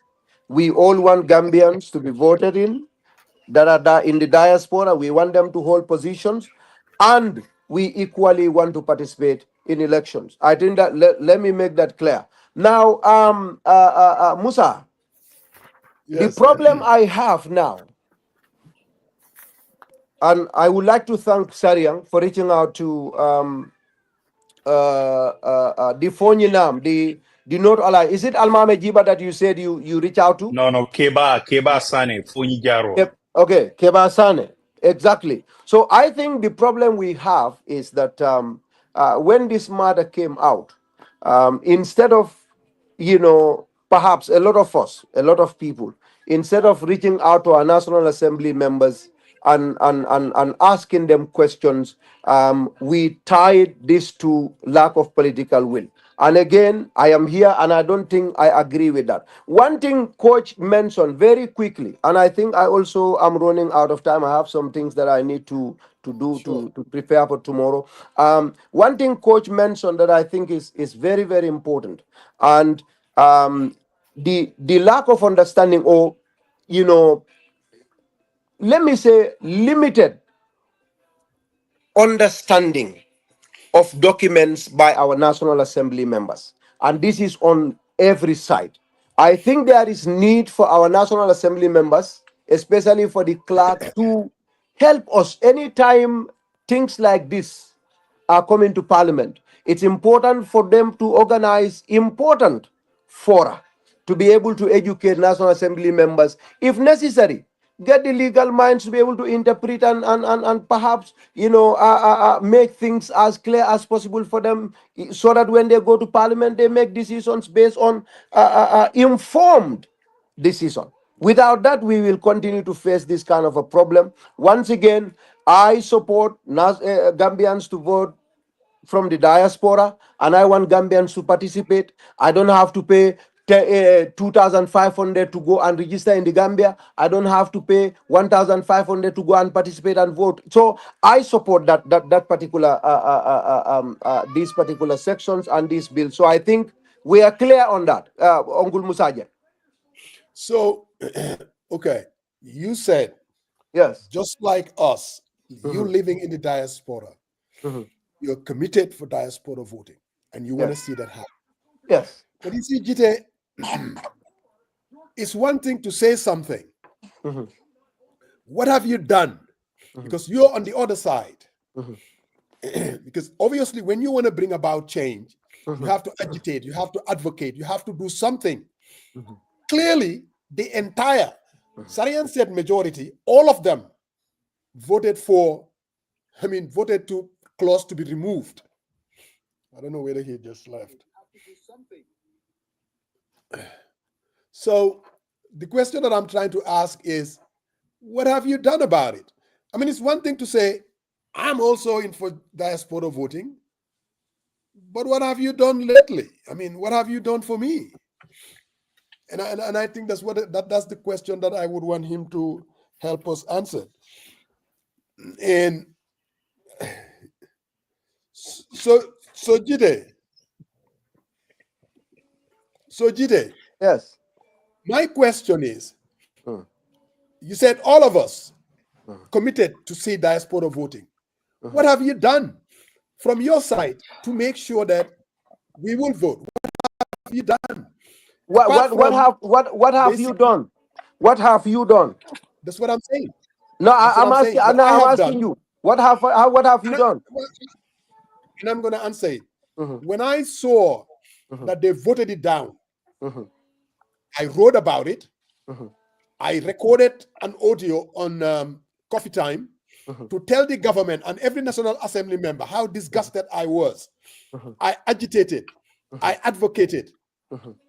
That's the question that I'm asking Good. you. When okay.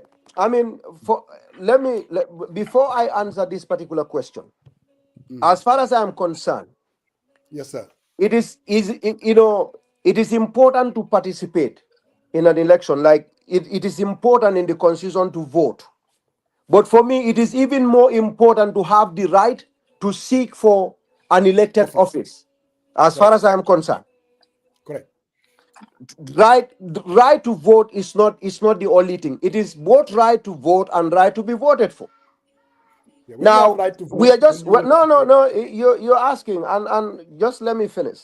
Sure. I think it will be Absolutely. very Sure. unfair because we understand. I understand the intentions, and a lot of times I understand the backgrounds of why some of those things would pop up. But Coach Pasambajao just told you that he has watched and you watched my video. I Yes. have not seen your video, but everybody can attest to the fact that I have challenged the president, the vice president, and the entire cabinet. When I read this particular section of the constitution, Mhm. I believe that diasporans have the right to become presidents. They have the right to become vice presidents. They should have the right to become cabinet ministers. They have the right to become members of the National Assembly. Pachambajau repeated that, and that is where we are trying, and he's trying to correct my understanding of that particular section. If that does not convince you, if that does not satisfy you, I don't know what else. And Right. let me come. When the Mhm. 2020 draft came to Parliament, I know there are a lot of people who would say Right. because President's third term or President Barrow's retroactive clause was why NPP. Okay, so that's why NPP and its allies refused to accept because of the retroactive clause. Again, I'm on record, and I'll share this video should you want to. I've made it very clear that even for presidency, okay, even for presidency, I said diasporans, people that are not only diasporans, but even those that are dual citizens, I believe Correct. should be allowed to contest To that. for presidential Yes. election. And I said, if you don't want a dual citizen to become a president, just put in place mechanisms. And again, I'm on record for this. Put in place a mechanism and make it clear that you can come and participate. If you win an election, you must renounce. If you win an election as a dual citizen, you must start the process of renouncing your other citizenship. If you lose an election, let them allow you to continue. Let the same thing happen to National Assembly. I made this very clear, and I believe that was not in the constitution. And for that reason, one of the reasons that I rejected that 2020 clause was because it was not fair to Gambians in the diaspora, in particular those that are dual citizens. So I've been very clear, and my position have been very clear on the diaspora issue. Yeah. And this was just 2 weeks ago that I made this video to say that Gambians in the diaspora must be allowed to vote. Gambians in the diaspora must be allowed to also hold positions in the National Assembly. I've made that very clear. So my position, it's clear. Yeah. Coach Pasamba, you should give me a tap on the back for that, because I've been on record for that. Okay. So Jite, He cannot downplay my role as a diaspora. Anytime I see Facebook, Jite is coming live, I've watched all your videos. Seriously. Because I know you're passionate and you're going to speak your mind. But let's assume, for instance, that you are right, that the 2020 draft included that Gambians in the diaspora will be able to run for office and then become ministers, cabinet ministers. But then somehow, based on your understanding of the 2024 draft, that those changes were made. What does that tell you? What does that tell you about the current government? Whatever we had on the 2020 draft, basically giving us the right to vote, basically giving us the right to be able to run for public office and become ministers. But then when it gets to the 2024 draft, they make the alteration that made you so mad that you had to come out and agitate it. What does that tell you? So what does that? I am happy about one thing. What does that tell you about these folks when Now, people are questioning their political will? Sorry. Sorry. Who is that? Okay, sorry. My princess. So I'll make that question. I'll make that answer very short. Believe you me, you said you have watched all my videos. Yes, I do. I have answered those questions time and time. And you've watched the last one I did on this 2024 draft, and that addressed my the question you just asked, because you've watched what I said. So I mean that's it. Why would they lift it and change it? Why would they do that? If they're crazy about us, our participation, if they're very cognizant of our investment in this change, why would they do that, Jite? So here's the thing. I mean, Musa, you're trying to put. Look, I have made my position very clear, and I'm sure Coach have watched it. I do not agree when it comes to matters that exclude diaspora. I don't agree, and I've made that very clear, and that has been my position, and that is still my position. You're not film nigga. The Jita that I know, he's a maverick. He call it no. What you want? Look. You are waffling. Look. Huh? I'm saying. Come on. Yes. You are a straight shooter. You call it as you see it. Yes. But somehow, you are waffling on this. I mean, you ask me. Come on, Uncle Musa Jeng. You're asking me a question that you know answers to. I said that it's wrong to not include us. I've made that very clear. But what is the motivation, though? Why would they do that? Well, okay. So here's the thing.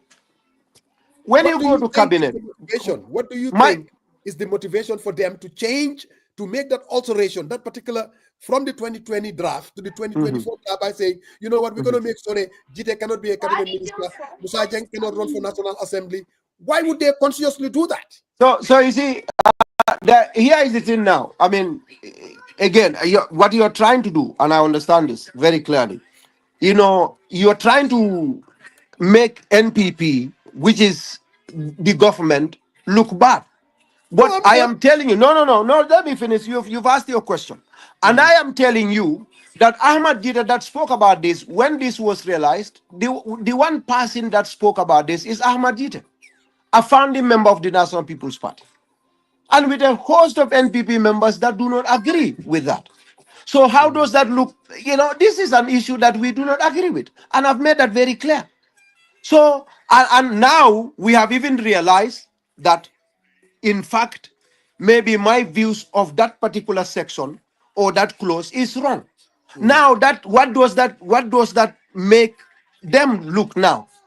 It means that they now have the will and the political will to include the diaspora. Why are you flipping it? I complain about something that is against my government, that is against my party, and everybody is aware in the open that what I actually said was against my party. Now, Pasamba Jao, a neutral person, or maybe a PDOI supporter. Are you neutral or PDOIs? Which one? No, you are mute. You're mute. Now, I'm not. Pasamba I'm not. now, I'm not Pasamba, neutral. You coach cannot is, be coach neutral. is, coach is now telling me that Ahmed, actually what you said against your government in this one is wrong. So coach is now telling me that in this particular case, here is a political will from my interpretation. Now you want to bring me back to something that did not exist. What does that make you? What are you trying to put to me? You want me to tarnish the image of my government? That I'm is not not trying to right. do that. No. That's what you're doing. It's non-existent, and now you want to ask me a question about something that does not exist about my government. That's not correct. That's not right. That's not Jite, right. let them have the final question, because definitely we've kept you longer than expected. We definitely appreciate you. Wadigayala. I called you, you answered, and you said you're gonna come and you show up. Like I always want to tell people on this platform, you guys have to work with us as well, because we go out there and we want to bring people divergent views to have a conversation. And all of us, we have a stake on this. You people that are commenting, I mean, to be interactive, let's do it with civility and maturity, and also be very contentious in our debates. But if you don't do that, it makes it very difficult for us to bring other people on this platform. Again, there's a reason why you guys tune in every Sunday, because the I mean, you have to bring in people with totally different divergent views. If you want us, for all of us to say the same thing every Sunday, I mean, you're going to start tuning out. So we all have a stake on this, civility, and let's debate honestly. But thank you, Brother GT, and I'll allow my two panelists to either ask their last question. Photo Seriang is hungry, so he has no more questions to ask. No, if you want to go for another hour, I would appreciate that, because I love to hear from you.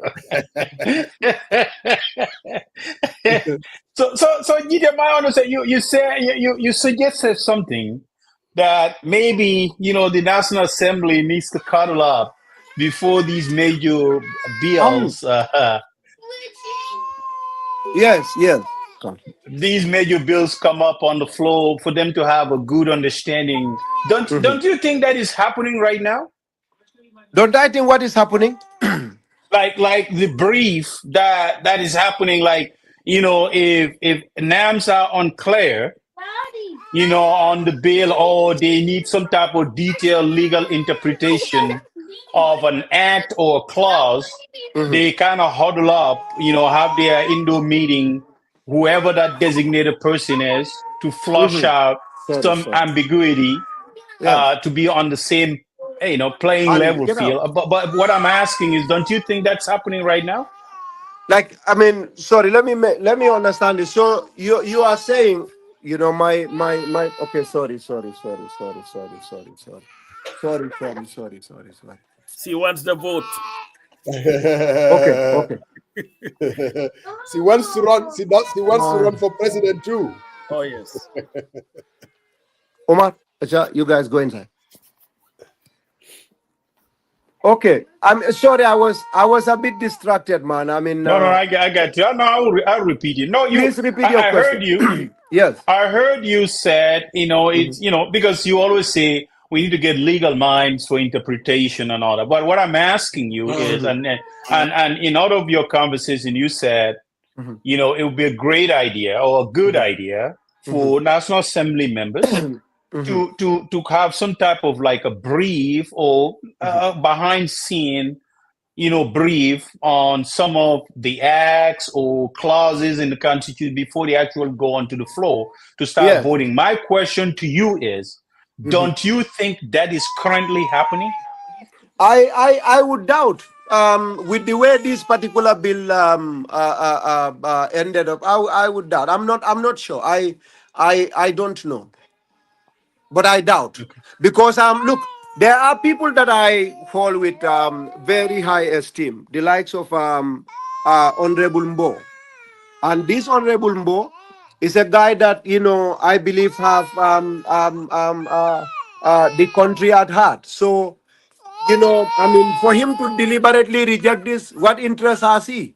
I don't believe there is anything that is of okay. Sorry. Okay, sorry. Okay, come. So I just, but this is my last question. That way we can let you go do your business. So, but So I think you keep. I would doubt. I mean, I definitely doubt. Happy. Okay, all right. Okay, sorry. Fair Go enough. on. Fair enough. So what I'm asking you is, I know you repeat Mr. Mbo's name here numerous times, but I'm not telling you that if you follow his appearance on iAfrica TV Yes, to the brunch yes, and just the latest conference that they had with coach. Coach Pasambajao, Mhm. I think the position has shifted. I think it's not more of the constitution, and quite frankly, he sent some information to Musa Yang, which Mhm. Musa shared with us, and, Mhm. and I reject that. And I think he comes with the reality that it's not that. I think now the conversation goes to logistics, more of a logistics, and the position has shifted, and which is great. That means he comes to realization, or he spoke to people who had a better understanding, who would be able to probably break down the Constitution in depth, and he realized. But his position has shifted from that voting up to today. I don't think he would stand and say, "Oh, it's the Constitution. Section 14 is in contravention with Section 39(1)." I think that's what my, just to let you know. But you are free to engage him offline. But that's what my Yeah. understanding is. Just to help Now, you. now again, that is only strengthening our position that there is need for pre sessions before tabling these bills to parliament, because now you are saying Honorable Mbo, who is actually one of the best minds in parliament, having his position shifted, and that is purely, I believe, I mean, his rejection of the bill was out of good faith, probably with lack of understanding. And we are happy that from what you've just said, his positions have shifted. And now, if these conversations continue to hold, if these dialogues and perhaps invitations of people continue, sometimes there are things that we think are big problems, and people that do not have will. It is lack of understanding as opposed to lack of political will. I think, I mean, your position on Honorable Mbo, has only strengthened, this my position. Yeah. Okay. I mean, Hey man, I am not. because I am not. I'm not a witness to other than this. that, what else? Now It's been you're talking. it, it's been alleged. That's it. That's it. I am not. But it's been alleged. Your homeboy, who is the current Minister of Justice, briefed the MPP names, but not everyone else. So I'm just saying it's not from Sarian. It's out there, and there is a sitting name who made this allegation. So for public consumption, and I'm not saying that is fair or not, but I just want to share. It's been happening, but as they said, it's been happening on the one side.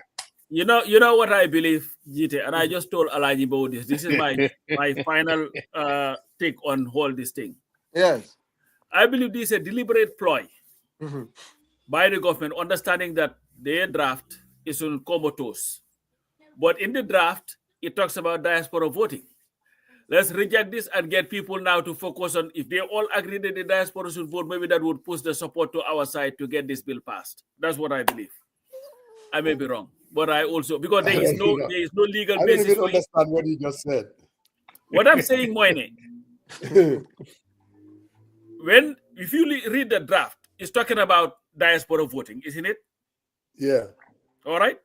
Yeah. Now, when you reject this, the whole conversation comes to the diaspora voting.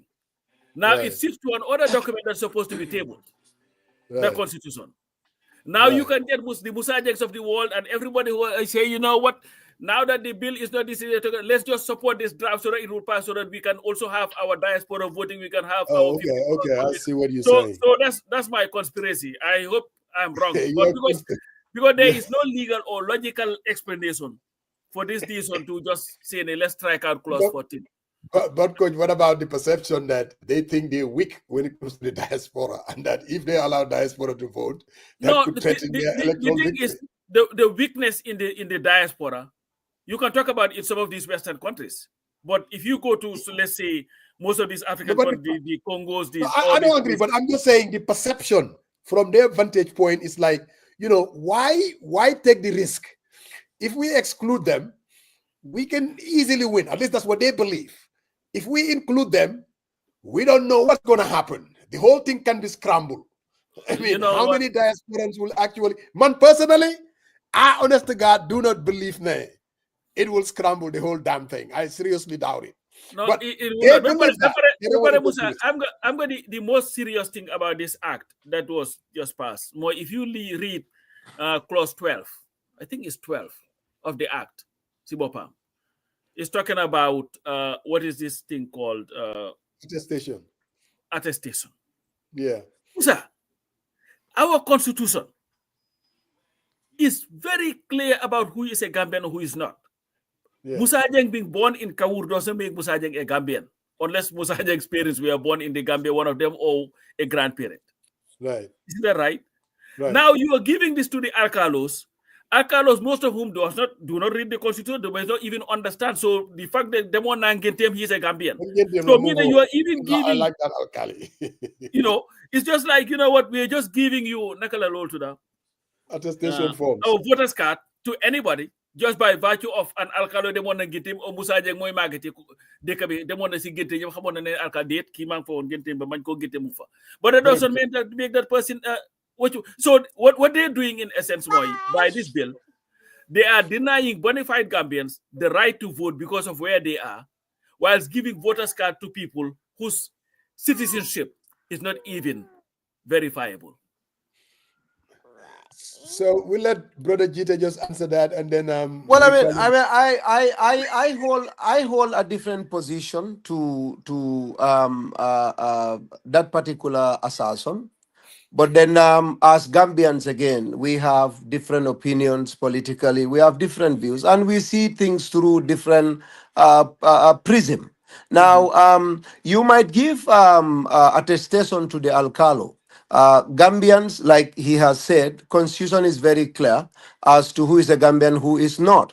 But the Constitution does not know, just by saying, if your father was born in the Gambia or mother, you are a Gambian. The Constitution said that in the document, but there has to be people that will say X was born here and his father was born here or not.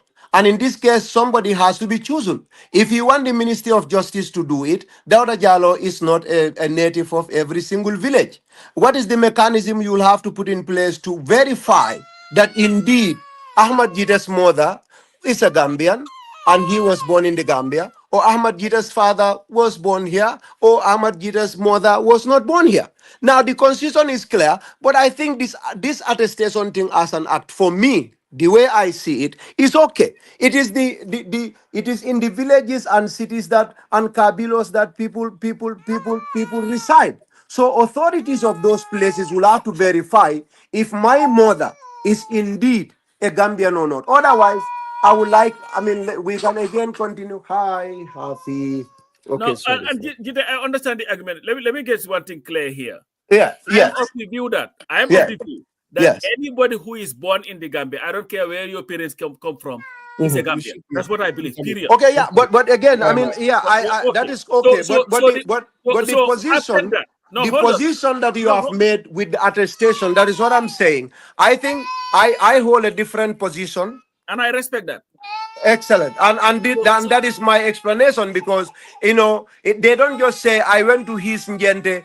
The basis they use is the constitution. Yes, No, Yaya they is a don't. Gambian, No, they Bayam is don't. a Gambian. No, they don't. I mean, come on. I mean, okay. So me, I can tell you this. I was part of the people who helped with registration, especially in Kitty. And I have spoken to an Alcalo. Alcalo tells you his mother is a Gambian. His dad is a Gambian. So at least I have a personal experience. So I can tell you from that point. But you see, here is the issue though. I'm talking about legality. When we're talking about laws, the government is very quick to maintain law. But when it comes to this thing, GT, Hmm? if I am an alcalo Yes. in Joshua, Mhm. and my perception of Happy. GT is that GT Yeah, is a let's go Gambian, ahead. Yeah. Mhm. okay? Yes. Then GT Mhm. has a son, Yes. and that son is perceived Gambian. Yes, Yes. GT may have lived in the Gambia for 70 years, but that does not necessarily qualify GT to be a Gambian. That's what Mhm. I'm saying. And by virtue of your unverifiable qualification, your son Yes. cannot also be verified as a Gambian. So that's why I'm saying, to me, if I have it my way, anybody who is born in the country Yeah. is a Gambian. But unless we have that, we have to look at this attestation, because I believe that yes, there may be a lot of cases where people are given birth certificate, voters cards, when they may not have been eligible for it. You cannot get like an ID card in the Gambia because somebody says for Get. You are asked to produce the documents from your parents and all that stuff. If I want to go to this thing, I'll have to produce birth certificate or whatever to prove that I'm a Gambian. But if you want to vote to determine who runs that country, you can just have somebody who does not even understand the country say, you know what, I was thinking to be at this. And that's the issue that I'm talking about. But anyway, I've been talking Musa since 10 o'clock in the morning, and I But have to. Jite, we'll give you the final word before we and then we're gonna run the ads, and then we're gonna get closing remarks real quick. Brother Jite, you have the final word. And again, thank you for coming. I would like to thank all of you for the invitation, and I think the discussion was very fruitful. I've learned a lot from here that at the beginning I did not, and this is, I think, what the essence of dialogues should be. Now, going forward, I've said this to people, and I'll repeat again. I heard you just a little earlier speaking to those that are commenting, especially some that are very, I would say, irresponsible in the way they address people. Personally, I do not bother. You know me. Let people insult my mother. They've done that in a million years. It has never deterred me, and it has never stopped me from what I want to pursue. And again, if we watch and watch closely, Donald Trump is perhaps the most hated in the rational world. But he has proceeded to become the president of the United States. Whatever they are in, he doesn't care. When you go to Ukraine, the same thing. And in the UK, you had a prime minister that was like Donald Trump. I forgot his name. I mean, this guy. I forgot his name. So these are people that, almost everybody would disagree with. I think what is important in a political discussion, and this is where I'm going to end. Sorry, I need to help this guy. I think what is important in a political discussion is to have discussions that are rational, discussions that are civil, discussions that are centered around, national interest, and understanding that something you view in a particular way may not be viewed in that particular way by another person. So if you want to hate, if you want to insult, and you think insulting and calling people names will change people's position, only brings a problem. It's only dialogue that solves. We are all bona fide Gambians. We all have our voters cards and our rights. And for example, I am in position, like my government is in power, voted by majority of Gambians. If you think insulting me is what is going to give you what you want, you are fooling yourself. Instead of having a nice conversation with Ahmad Gite, somebody that has the ability to sway people and to convince people, and of course people listen to, the best thing you could do is to engage in a civil and very, very, very respectful conversation. But those that continue insulting, you continue insulting, because that will not change anything. And I don't know how that is going to benefit anybody. I think this is what I have. Other than that, thank you guys so much. And I can tell you this, I know people that are in the National People's Party. I know senior people that are in the National People's Party that are currently in engagement on this particular bill to be brought back to National Assembly.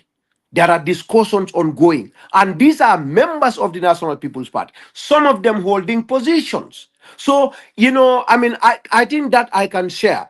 Even though I'm not here in the name of the party, I'm not here in the name of the government. I'm only here because I made a video, and we're having a conversation based on my views of this particular elections bill 2021. Thank you so much, Musa, for inviting me. Thank you, Uncle Big Brother Sariang. He's now not my big brother, he's my age mate now, because our beards are both gray. So thank you very much, friend. Thank you, Gite. Thank you, Gite. Take care. Thanks for coming, man. We record with Safna.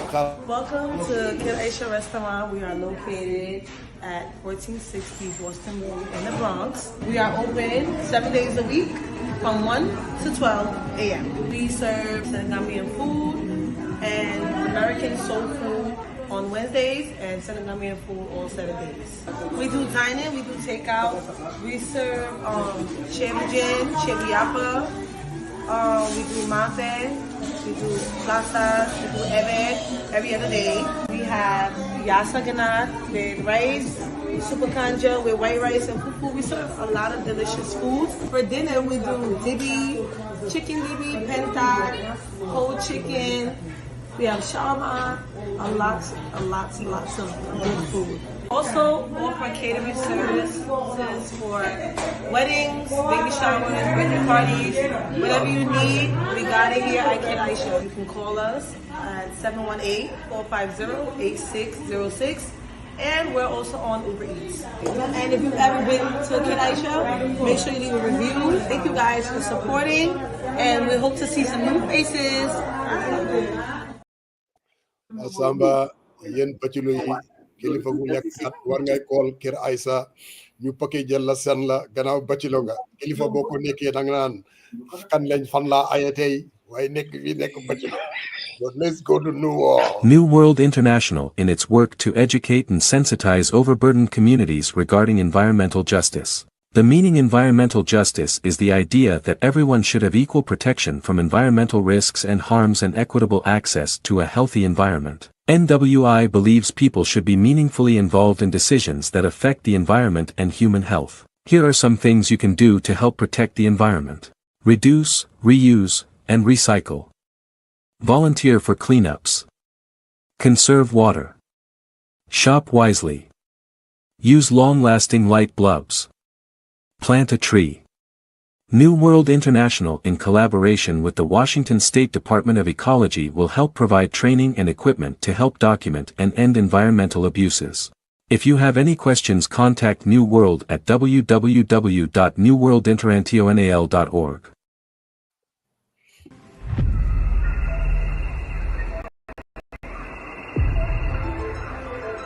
Welcome to the Gambia, a country with a rich tradition in tourism and a beacon for investors. Experience a nation committed to progress, a home where nature's beauty is matched by the warmth of its people.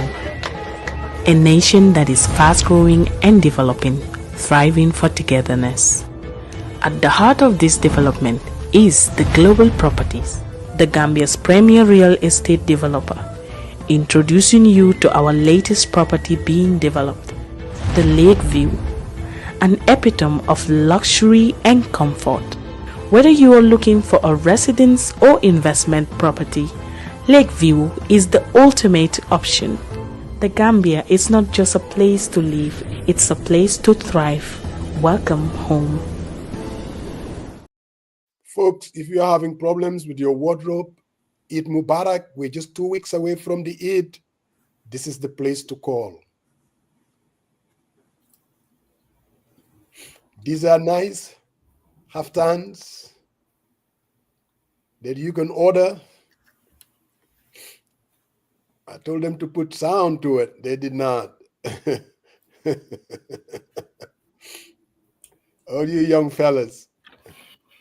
So Mosian Kebangan Jenny, of course, in model. Be like, why you video be one they need to have a. I think we're gonna work on it. Momo Usman. No, but I need to talk to Umi. They are nice. That's the number right there. 44735. Number Umi. So guys, if you're watching, call the 44735 2999. I'm gonna lumawa. Munema doma ever advertiser. Finally. But Pasamba, interesting discussion indeed. But there's something that you said when you were reading the act? No, the ruling from. And what is interesting too is that election, that clause 11, the fact that the National Assembly passed it, in lieu of whatever the convention. That's what I'm saying. So it's the same language. It is. But then there is something that you said from the Supreme Court ruling, and that is, and the response from, you call it the second defendant, that is the Attorney General. Yes. For them to go ahead and make sure that they reconcile Section 39 and also Clause 11. Yep. Is that what you said? Yes. So that was something that was supposed to be done. Yes. And so they dropped the ball. If anything, Musa, what has been happening is a violation of our constitution, constitutional rights. That's just what it is. Yeah. Even if you read the manner of voting and all this stuff. Okay, that's another question too. No, that is in the act. Oh, it's in the act. Yes, because the constitution will never tell you how people vote. How was it addressed in the act? So they say token. Why the thing is Nyom Sibopam. Let me see. That is section 33. Section 63 of the act, Sibopam. The notwithstanding, let's say subsection 3, where elections are held for different offices on the same day at different polling stations, the commission may direct that different ballot tokens be used. So when it says ballot token, Sibopam, it could be anything. It can be anything. So the IEC has the discretion to change, to determine how elections are going. This is why paper ballot. So this hybrid thing that should not even be an issue. And you see with this act, Sibopam, that they are looking at, you can easily make it very clear. By including it. By including it. So that's it. Clear. No, Hanga bro, land more hell. Seriously. The reality is, I don't think that the government is really interested in having us vote in 2026. Lolu moy dega. Dem na ñew mi yeb lola. If these people were committed after 2021, before 2021, this issue was raised. Budgetary issues and also something that needs to be changed. How come it hasn't been changed? Budget Bisasi Bopam. Musa, I have argued this. The allocations were there. Yeah, I remember you saying that. The first time, 165 million was put aside for London, including voter registration, of which about 22 million for travel. And Aliu Momar Njai, I swear to God, he was so committed to diaspora voting. He has said it again and again. Mane deglu nako several times. This paper ballot thing, he is a major advocate of that. And this logistic part, to be clear, every question that they have about logistics and legality was provided to them. Everything, whatsoever. No, but everything. So there are, you know what, but anyway. Why Sariang? I saw you, I think that would be the last issue we talked about. Chuck Schumer, this guy caved in. Can you imagine if it were? I have always told you, your Democrat McConnell, the most McConnell as minority leader. You think he will cave in? To hell, even if they're going to shut down the government for the next 25 years, they will not cave in. When I tell you ne jël AOC def ko sen speaker jël masi naka la tuda ñom Kraken nga dama ñoo dé too radical ne gine yena ngi am ñu leen gëna radical on the opposite side. I thought about Marong. Hey, AOC said AOC,